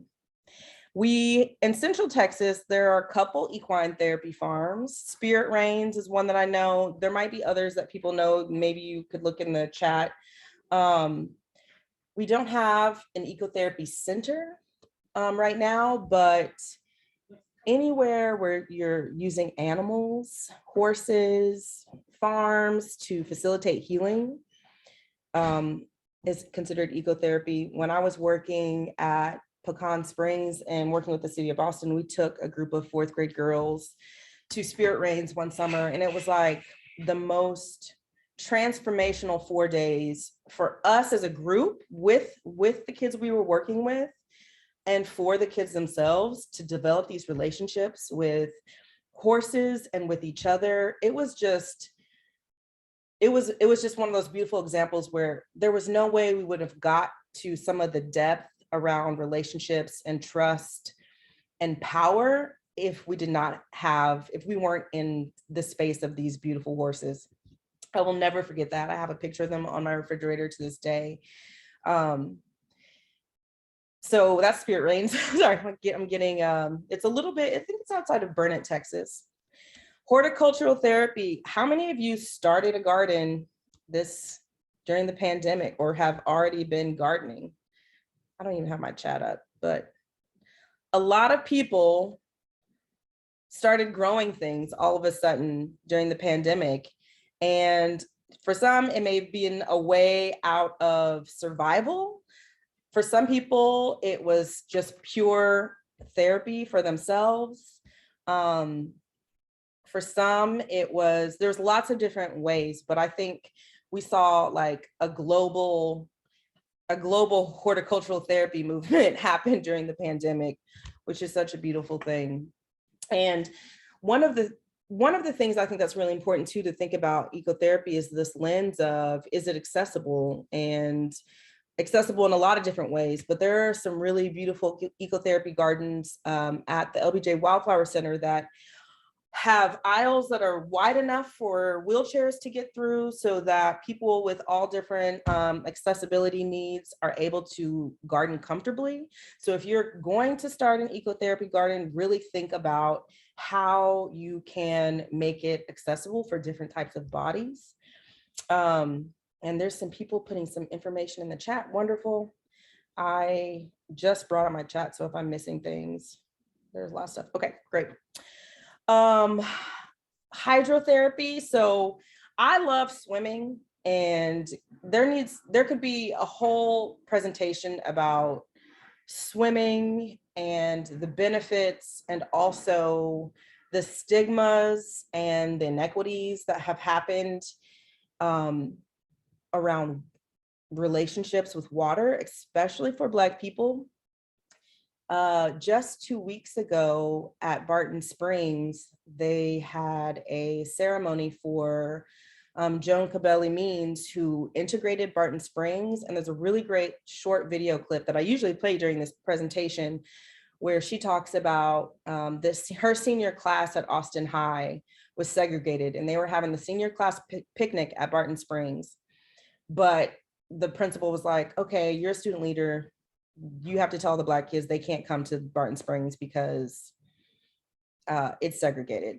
So I know a lot of people think about Barton Springs and how sacred those waters are, right? But then you think about the harm and disconnection caused by systemic racism, capitalism, genocide that really disconnected people from those waters, and the indigenous people, and then, you know, moving down the timeline, Black folks. And so I remember when I moved to Austin, everybody was always like, oh, Barton Springs, and I love cold spring water. And I would get there and I'd be like, it's really white. Like, and then you would notice too, that not only is there a divide, like there's not a lot of people in the pool, but then at Barking Springs, there's like the Free Springs part, there's a big divide, and the people look different, and it's a real thing. And so just knowing that in all of the ways that we engage in the outdoors and in nature, there's still this sort of, there's still this layer of harm and racism that affects everyone's connection and access to. Forest bathing, which I think people have heard a lot about, is just being outside in the woods and nature amongst the plants. Mindfulness in nature, which is really, I think, more how I practice ecotherapy. It's just really about being intentional and bringing awareness to not only yourself, but all of the living things around us. Bringing nature indoors. There are some studies, I think Rocio actually talked about how there's studies that patients who were in the hospital even improved their health faster just by having like pictures of nature in their rooms. And so even just viewing nature is helpful to us. And herbalism and plant medicine, which I'm really excited to be able to have a very wise traditional medicine woman here with us today to speak on this, is that's also working with the earth to heal. And that is also under this kind of modern definition of ecotherapy. So I'm gonna look at my time. I think I have about 10 more minutes. So I wanna just quickly talk about, for all the social workers who are out there, and I kind of related to what Kizzy said, is like, oh, all of my examples of when I worked with kids were from years ago, and I'm just like ready to get back out there. But I want to talk a little bit about what my ecotherapy groups looked like with kids. Like I said, I was in schools for, you know, over 10 years on the East Side. They did not have beautiful grounds. Many of those places had some gardens, but, you know, that was it. There was not landscaping. They didn't have as much outdoor natural kind of learning areas.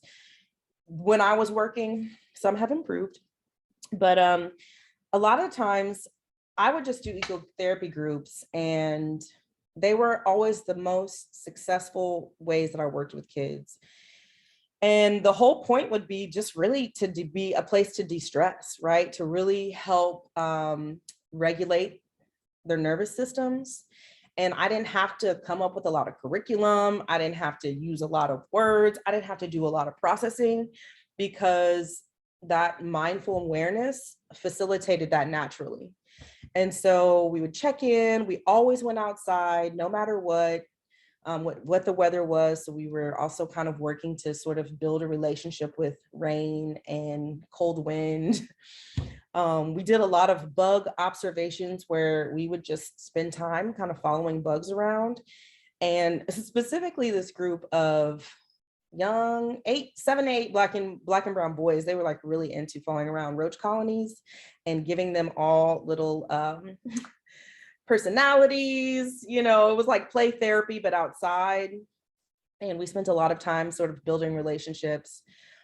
But we had, in those in those groups, there was just like an ease to which happened within, you could just see people's nervous systems relax. And then when we were out of that fight or flight brain mode, as social workers know, you're able to think more clearly, you're able to process and use your words. So we were able to talk about what they were experiencing in their classrooms and in their homes. And so a lot of really good processing therapeutic work was happening just because I taught a lot of mindfulness skills. It wasn't about like playing soccer or doing anything structured. It was very unstructured, which a lot of kids don't have a lot of experience with, just being outside. So we just spent a lot of time just being outside. And then I'm thinking about some of the teens that I worked with that we did hikes with.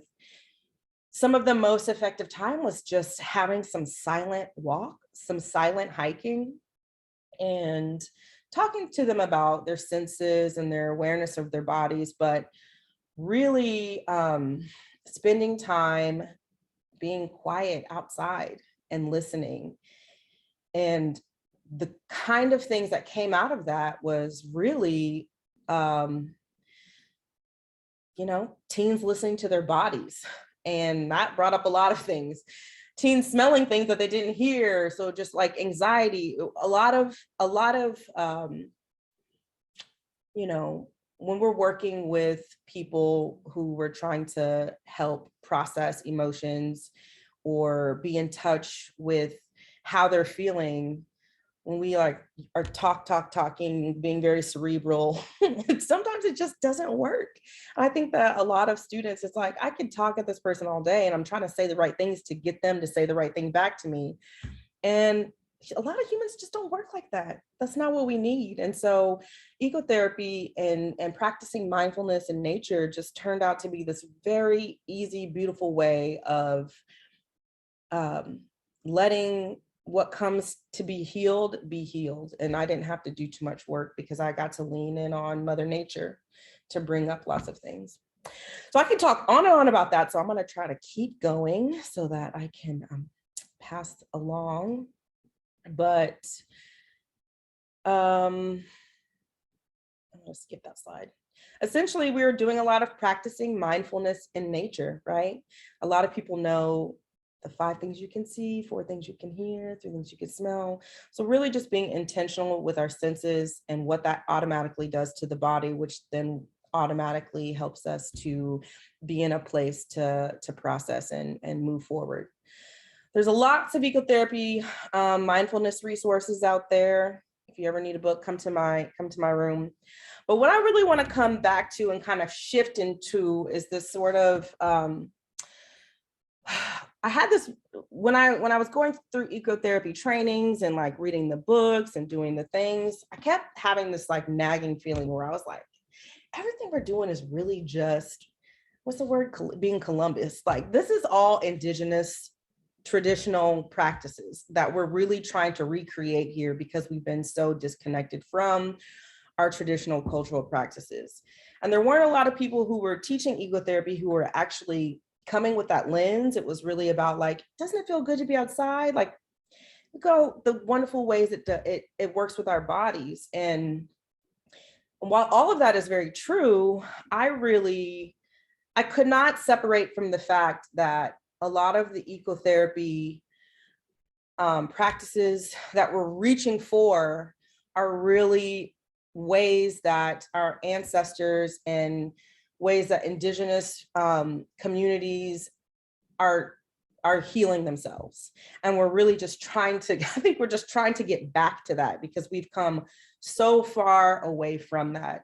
And so, sorry, my eye is twitching all of a sudden.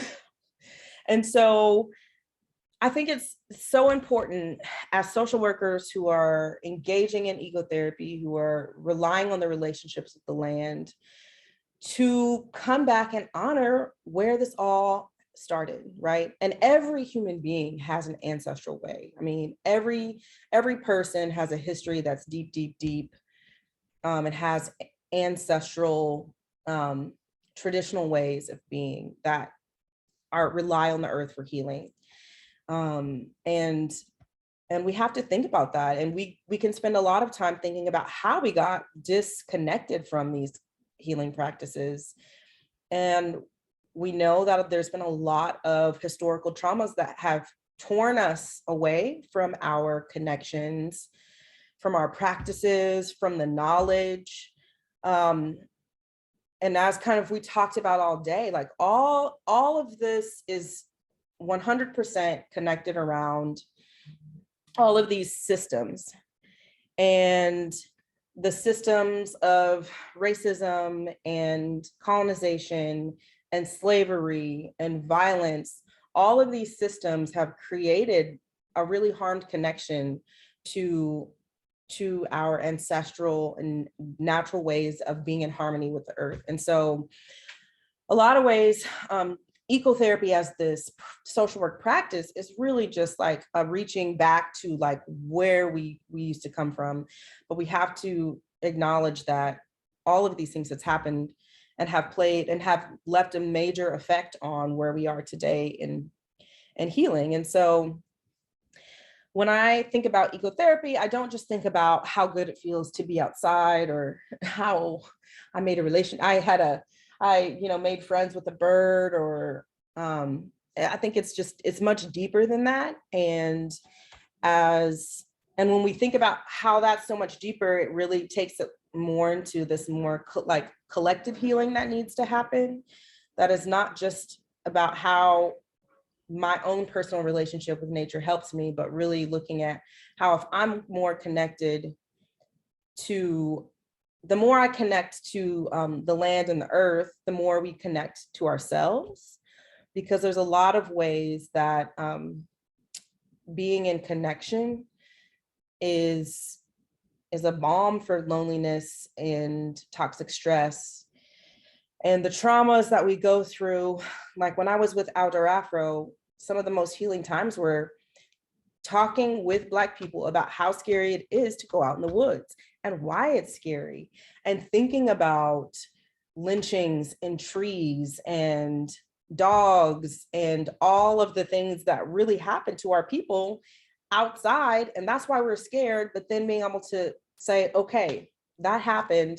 Now, how can we like rebuild this connection? How can we think about the way our ancestors actually survived and how that has helped us get to where we are? And I really need to wrap up. I'm looking at the time. But thinking about with Outdoor Afro, we were talking about Harriet Tubman. Harriet Tubman was like the #1 Outdoor Afro because she traveled and freed so many hundreds of people by her connection, listening to the wind, listening to the water, listening to the birds, knowing the plants, knowing the stars, like that got her to freedom. That liberated all of these people. So really, ecotherapy isn't just about how we can feel better, but really looking at how living in this harmony can help us really move towards liberation. And so I'm going to stop there. And I'm going to invite our elder Marika to come in and talk about all of her beautiful knowledge and wisdom. And yeah, and I'll come back for questions in a little bit. Thank you, Starla. Thank you. All right. Thank you, Marika. Oh, okay. Thank you so much. Thank you for inviting me, and thank you, Starla, for all the times we've been sitting around having coffee and discussing life, shall we say. I was given this nice long list of all these questions, so I know I have to kind of get to these questions very quickly, but it's very true and I appreciate it. I think as we have talked so much about, Starla, is what I see is our issues and how do we help repair all of this. And that is, it's very sad because I see a lot of the young people struggling, and they're struggling because they're so disconnected. And so now they reach out to all of these things that they think. And as you were saying to me, it's funny because all they're doing is relabeling something and thinking that they've discovered something when yet you know, it's been around. Okay, so a little bit about the work I do. So I am a medicine woman. My medicine was handed to me by my grandmother. And so it was how I take care. I knew very early age what was my purpose in life, and that is to be a service to all of my community. When Dell Medical came and moved into Austin, they were shocked to see people were seeing me, and they couldn't understand why. And they didn't understand that integrative medicine to all of indigenous people has been always around. So to us, it's really important that, yes, you go to the doctor, but then you're also going to seek help to make the connection with Western medicine, whether it's an emotional situation or a spiritual situation, or how can I make the plants work with the Western medicines that we do. And so that's the work I do. And so a lot of people always, again, our society loves labels. And so they're always quick to say, oh, are you an herbalist? And it's like, well, no, not really. I don't know the plants as an herbalist would know plants. I know because I sit with these plants and I've known these plants. I was born and raised here, and so much has changed. And so that's why when Starla was bringing up Peace Park, I think it's so funny because that was one of our largest plantations here in Austin. And, you know, and I think it's interesting because of the people that still work there. But anyway, I'm not an activist. I'm just a healer. So, so integrative medicine is important to me. And so I'm the first one that works inside of a medical clinic. And so I work at Lone Star Circle of Care, and the social worker that I work with is an amazing person. And I tell him he's a puzzle person, a puzzle man, because that's what I think social workers are. They are the ones that gather all the pieces of information and put them together and see how can we help this person, whether it's services or other connections to other groups. And so that's the beauty of what social workers do as far as I'm concerned. They really help me out because they know all the programs that are in place with cities or any other kinds of organizations that could help this person out even more. So to me, I think they're amazing and they're wonderful. I do give talks with them also because I try to educate them as I try to help them understand how can you do your work without getting too lost in your work. As I tell them all the time to understand what love is and what compassion is, because otherwise you'll burn up pretty quick and you won't continue to do the work that you might be interested in doing. And to me, that's really important, especially for the young people. And so what Dell Medical, how I work also with Dell Medical is as soon as their doctors are graduating, then they come and sit with me for about 3 hours in the day, just so they'll understand cultural awareness. So whether it's about the Hispanic community or the Afghan or the Saudis or my people. So that's, to me, is really important because at least it's letting them open their eyes to what they're going to see as they step out and go into the world of being in hospitals, because culturally there's still a lot of issues. There a while back, there was a woman that didn't want to have surgery unless she could wear her rosary. And so the argument was, well, if she could wear her rosary around her ankle, isn't that acceptable? Because surgery wasn't even in that location. And of course, the Western society sees it as, well, no, because it could be a liability, but not realizing that's part of their healing, their belief system. And so how can we continue accepting and moving with all of that? I know all the plants that I work here, all the native plants, and how important they are. I do a lot of foraging on here to create my medicines, and I teach a lot. I have a school, and it's Of the Earth, of Indigenous Cultures and Teachings, but you can go to oftheearthhealing.org and find out more about it. But so that's what I try to do. I try to work with people, like a good example would be Tesla. They came in and they tore down over 2,000 acres. Well, we just lost a lot of plants right there. And so the question is, how can we go to these big developers and say, this is how we're still taking care of people, and can you allow us access to at least gather seeds or move plants? And so that's what I do. I will sometimes go and move plants. And so I have mesquite trees that I have moved to the property here where I live, because Austin has removed all of the mesquite trees, and not realizing the entire mesquite tree is medicine, from the root system onto its leaves. The leaves, we use it for pink eye or any eye abscess. So that's what I mean. How important our plants are, how important do we continue to take care of the people, our people, and how we need all of this. What are the myths and misconceptions about plant medicine? Well, you know, I try to tell that to a lot of the young people. What is the difference between medicine and poison? And it's dosage, right? Because it's really the same. And I try to make them understand that a lot of times people will drink herbal teas on a regular basis and not understand this is medicine. So everything in moderation is important. And how do we take care of that, right? How does the plant medicine support health of the earth? It's funny when you said that, I was thinking about being a child and being taught how important it is how we walk on this land. And in a traditional way, we were always told you never drink water without offering water first. And so to us, that was always important, just to offer the water to the land and then you drink. Because to us, it's really important that we're always asking permission, because as my father used to say, we don't own anything, but we take care of everything.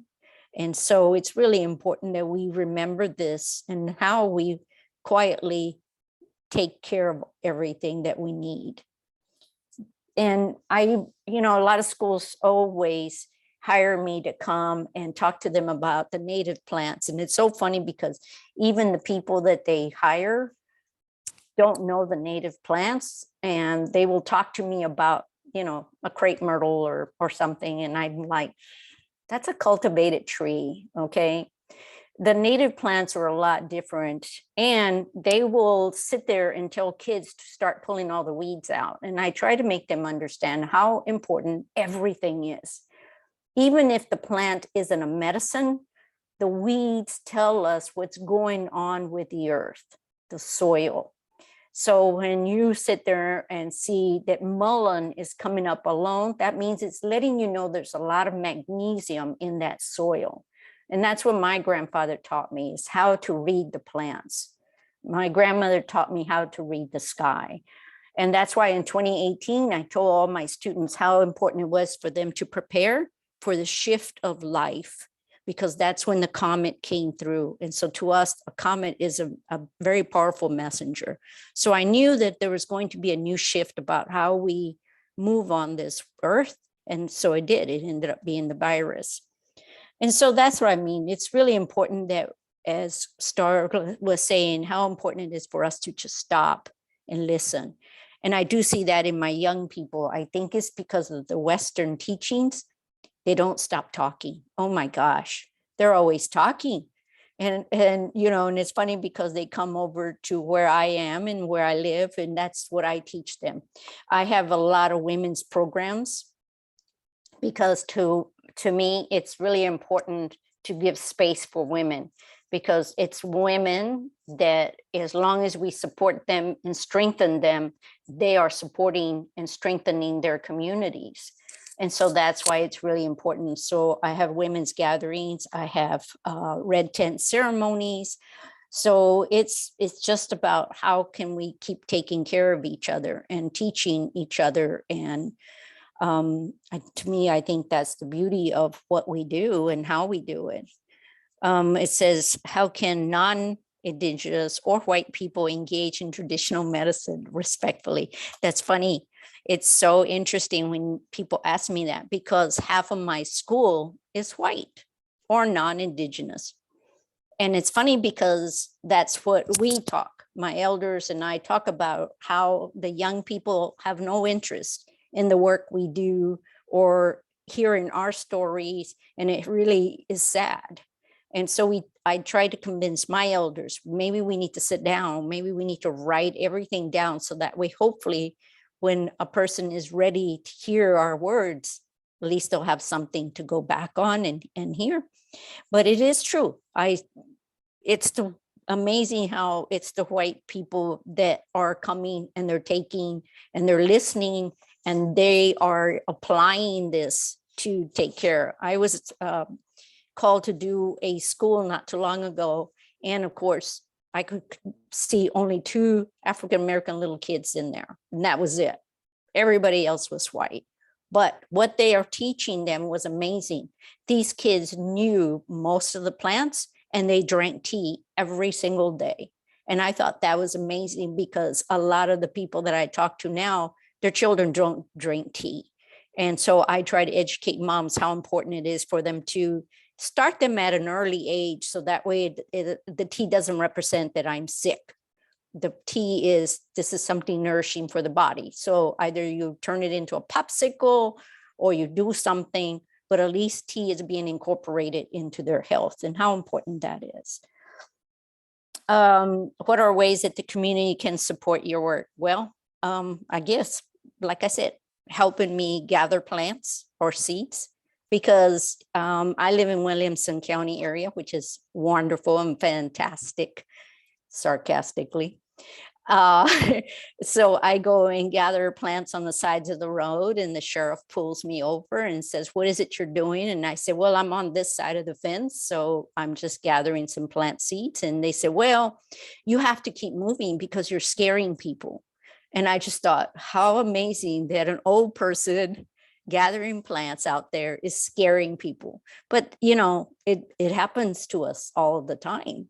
I have a wonderful young woman that's my apprentice. And so we decided to go towards Dripping Springs because I knew that certain plants were there and it was time to harvest. And so we were there on the side of the road and this man pulled over in a pickup truck and says, it's time for all of you to leave or I'm calling the sheriff, you know, and we're like, and this young woman, unfortunately, you know, young people, she wanted to say something and I'm going, no, don't engage this person. And sure enough, another truck parks right behind him and he says, what are these Mexicans doing? Right. And we're standing there going, oh, great. Now what do we do? So that's what I mean. It becomes harder and harder and people never realize how hard it is for us to harvest our plants and, you know, how do we continue taking care of people, you know? And that's what I tried to talk to with Dale and St. David's Hospital and, you know, let them know we're losing our plants. And I did a talk for UT and I brought in some of the plants and showed them, you know, but it's so interesting that our mindset doesn't change that much. You know, I just did a talk with Texas State University Nursing Department. And a young woman was very quick to get up and say, well, isn't that why people come to America, is to be Americanized? Why are they feeling like they have to go gather plants from the side of the road? You know, we have plenty of medicines.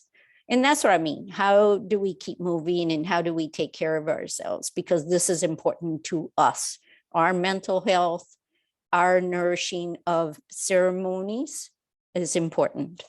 And I always do a lot of ceremonies, and that's where I try to educate my young people how our morning prayers are so important. Thank you. Thank you so much. I would love for you. I'm picturing you on the side of the road saving plants, and I'm just like feeling angry and protective about that. That's, I mean, it just makes me so sick. Yeah, well, and it's hard because, you know, the young woman that was with me, she's ex-military. And so she just felt like, wait, you know, and I'm like, no, calm down, everybody calm down, you know. I'm curious, are there any like laws or policies or rules that really affect you being able to continue to make your medicine and to save? Well, that's why I was working with Dell Medical, because they felt like, okay, maybe you can continue this work under the umbrella of being part of the indigenous people. And this has been in place. And how do you continue this work? You know, but I think people never really realized how bad Texas really is, or Austin. I mean, after all, the dream team is coming in to Austin. Yay. So, and to me, I mean, when you think about it, their environmental laws are just awful. I mean, that's why they're asking for more semiconductor companies to come in, because it's same as Tesla. You know, they're going to give them a ton of, you know, tax breaks so they can come and destroy everything and do what they want. Right. You know, I mean, look what's happening to West Texas. There's a lot of plants that we're losing down there too, you know, but because this is where Texas says, oh, anybody can come and do whatever they want. Yeah. You know, and it's hard because the developers aren't going to give us a time, because they figure we're going to stop their permits, and that's what they're looking at. Right. And so that's why it's really hard. Yeah.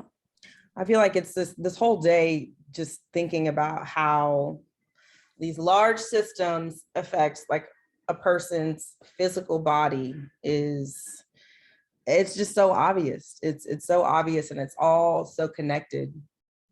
And that's why the work that you're doing is so important. And there was a question that asked, oh, there was a question in here. Where did it go? It's from Michelle Champlin. Oh, yeah. You kind of touched on this already, but do you have someone that you're able to pass your knowledge on to so that this can continue? But that's the hard part. I didn't have daughters. So my medicine, unfortunately, I can't hand it off. And so I talked to my elders, and I talked to the holy man, and we've discussed everything. And he says, well, you can talk about the plants, you can talk about how to heal people, but the ceremonies and the songs stay behind. Yeah. And that's the hard part and the sad part. And that's my prayer every day, is hopefully a young person will come and be ready to make a commitment, because this is a commitment. Yeah. Yeah. Absolutely. Any other questions? Tanya Voss, there's a lot of research proving that the earth and nature are good for people. What research is there about how ecotherapy changes humans to be better for the earth? Oh, gosh. Well, one thing I wanted to say was how important all the research has come out about skylighting, because we need access to the sun.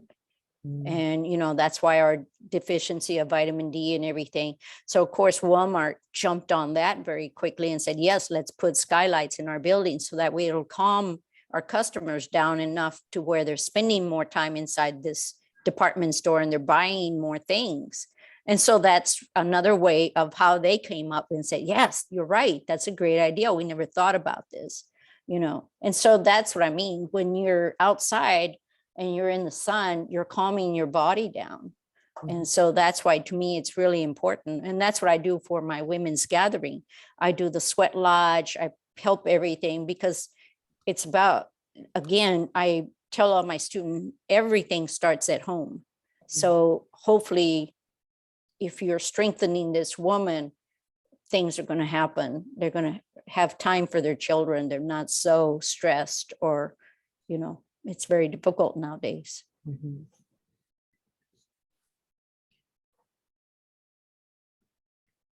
Any other questions?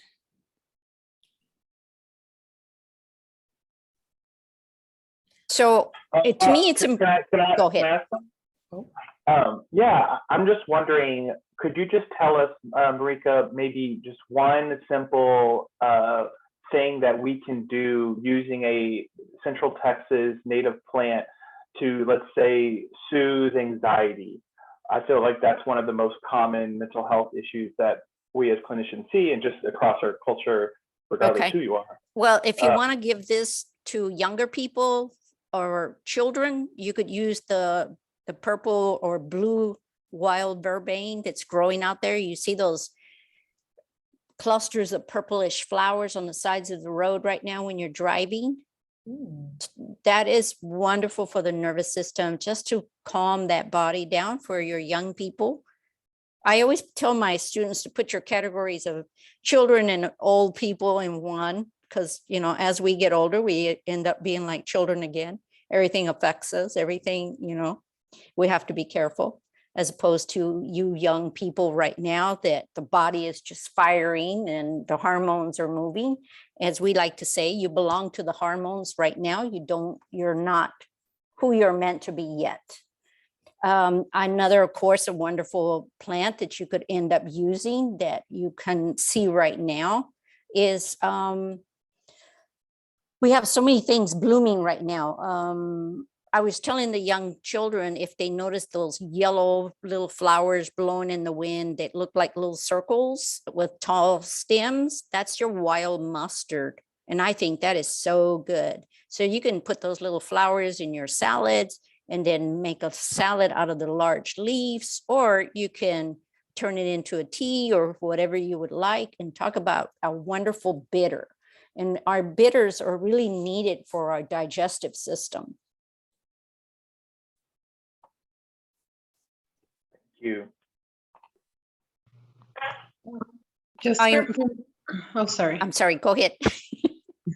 No, it's not a question. It's just like a comment. I really, really appreciate, you know, like, all the conversation that you brought us. And I just believe that, like, I strongly believe that, like, you guys are the experts, you know, and you guys are like the ones that they can guide us to have a better relationship with the earth.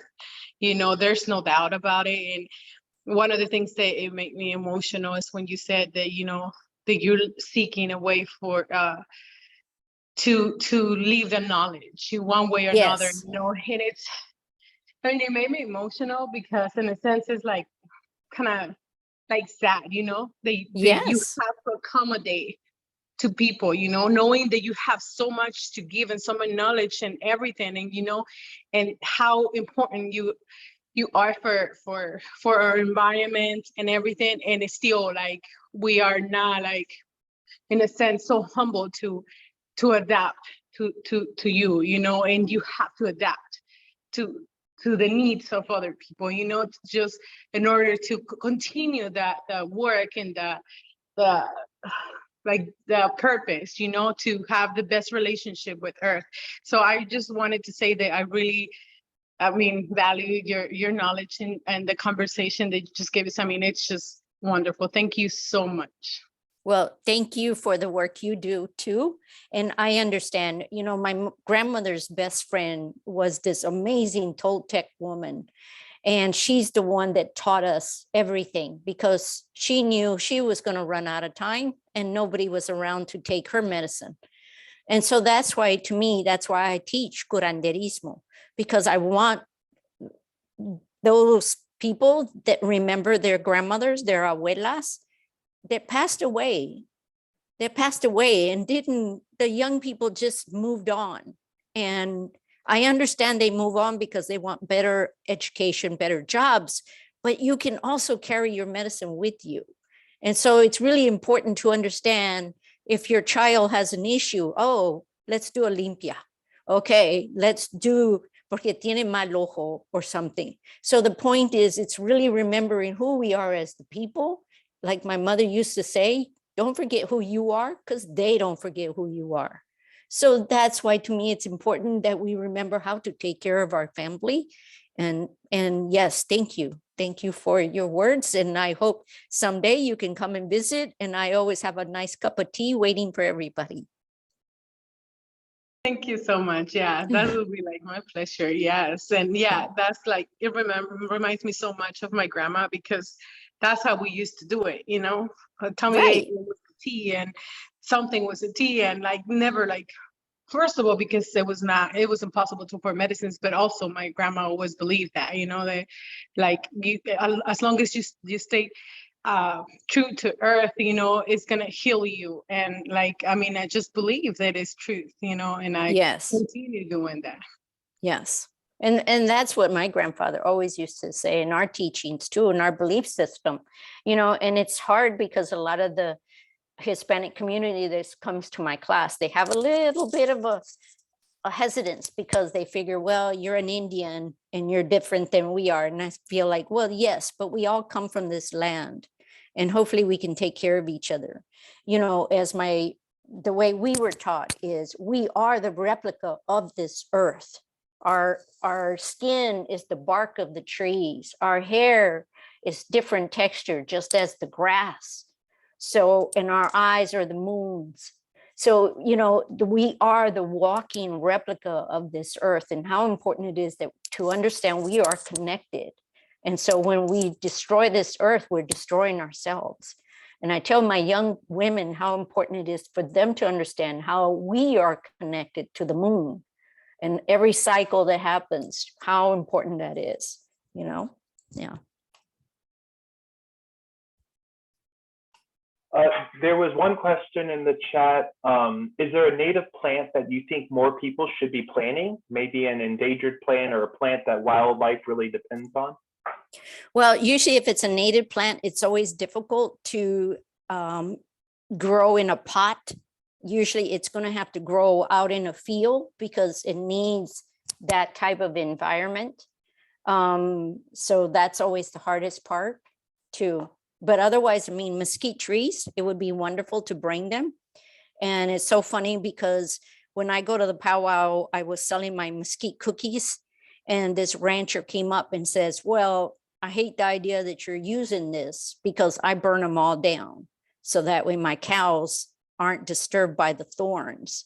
And it's like, well, okay, you know, but his wife bought the cookies and said, well, it doesn't matter. I like the cookies anyway. But that's what I mean. You know, our world it's something in the way, so I'll just tear it down.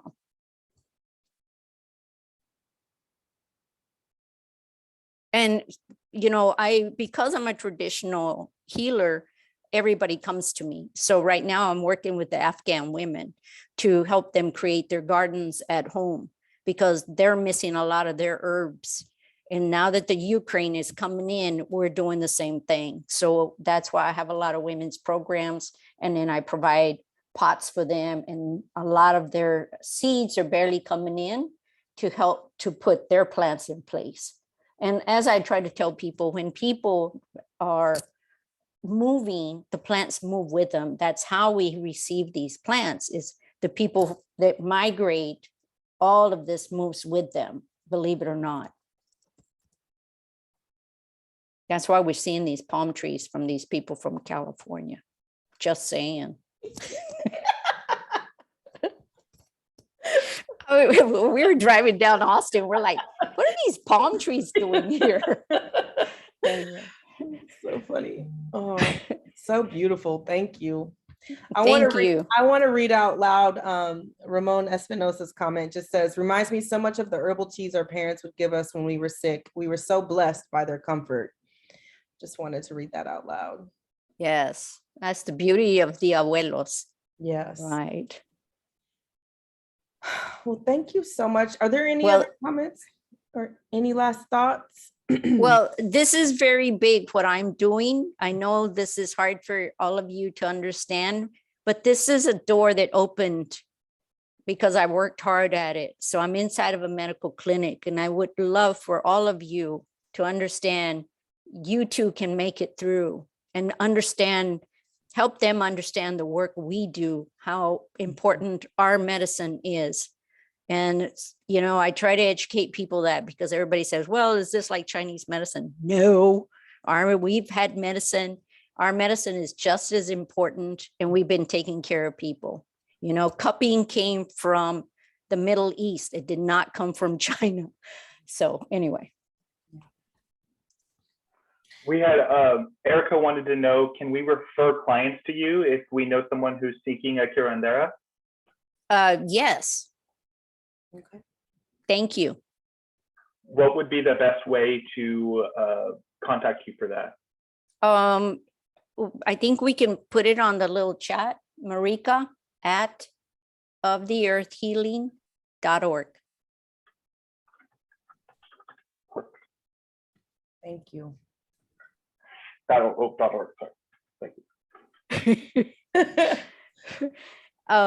Yeah, Wednesday I'll be leaving. I'll be heading towards the San Carlos res. And then August I'll be at the Mascalero res because I have a large community of people I take care of. And so it's really important to understand how important your work is and who you are. You carry all your ancestors with you. And I always try to tell my young people that you're not alone. Thank you. What a blessing to have you here today, and to kind of end our day with you. Because I feel like it kind of culminates all back down to that, right? Everything is so much deeper and maybe easier than we think too. We just dive into it. But thank you so much for your wisdom and for your love of the community and taking care of the community, and ensuring that the medicine lives. So thank you so much. Thank you. Thank you all. Yes. Yeah. Thank you all. I think that's all we got. Yeah. We have a couple just closing remarks, just logistical, but thank you so much, Elder Marika. Thank you, Starla, so much. Thank you to all the speakers from today. We really want to thank the Steve Hicks School of Social Work for their support, the Professional Development Office, Liz Nowicki and Marla Brown, our artist, graphic designer, Jazz Bell, Lisette, the accountant for the school who supported us, of course, the Green Fund itself, and everyone here today for coming and wanting to engage with this material and learn. A little reminder that I'm posting the conference evaluation in the chat. We'd like everyone to fill this out. You don't have to spend long on it. Just we'd love to have feedback to be able to have this event again in the future. Our hope is more students will want to take on this, task again in a different year. And so please just try to fill out that link, that survey when you get a chance. We'll also include it in our email out to everyone. As a reminder, we're going to be curating like all of the kind of articles, resources that people were sharing in an email, and then also on our website sometime next week. So be on the lookout for that. And that will also include the recording of each of the panels. Let's see. I think that covered those announcements. Erica, do you want to plug EJET?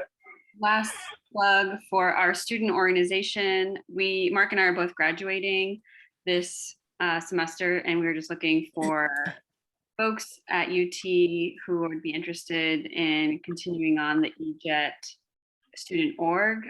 Please email utejet@gmail.com if you're interested. We would love for things like this to continue, especially within the School of Social Work and beyond academia. And I just want to, I guess, is this the last kind of announcement? Have you guys gotten all your announcements in? I really want to take this moment to thank Erica and Mark for their work all year, for their vision, for their consistency, for their passion and dedication to bringing this conference to you all. I really, like I said, I feel so proud. I think I'm gonna cry now. I feel so proud of the work that went into this, and this is where social work needs to go. I think I cry every presentation. I always cry. I just feel like, oh, this is what we're supposed to be doing, and I just want to hug y'all. You did a great job. Thank you so much for everybody for being here, and yeah. And please join EJET so this can continue within the School of Social Work. Thank you. Marika. Thank you so much. You guys did a beautiful job. Thanks. Awesome. Yeah. Thank you. Thank you. Well, we'll be in touch, everybody. Thank you all for everything, and fill out the eval and send us an email if you're interested. Have a great Earth Day. Have a great Earth Day.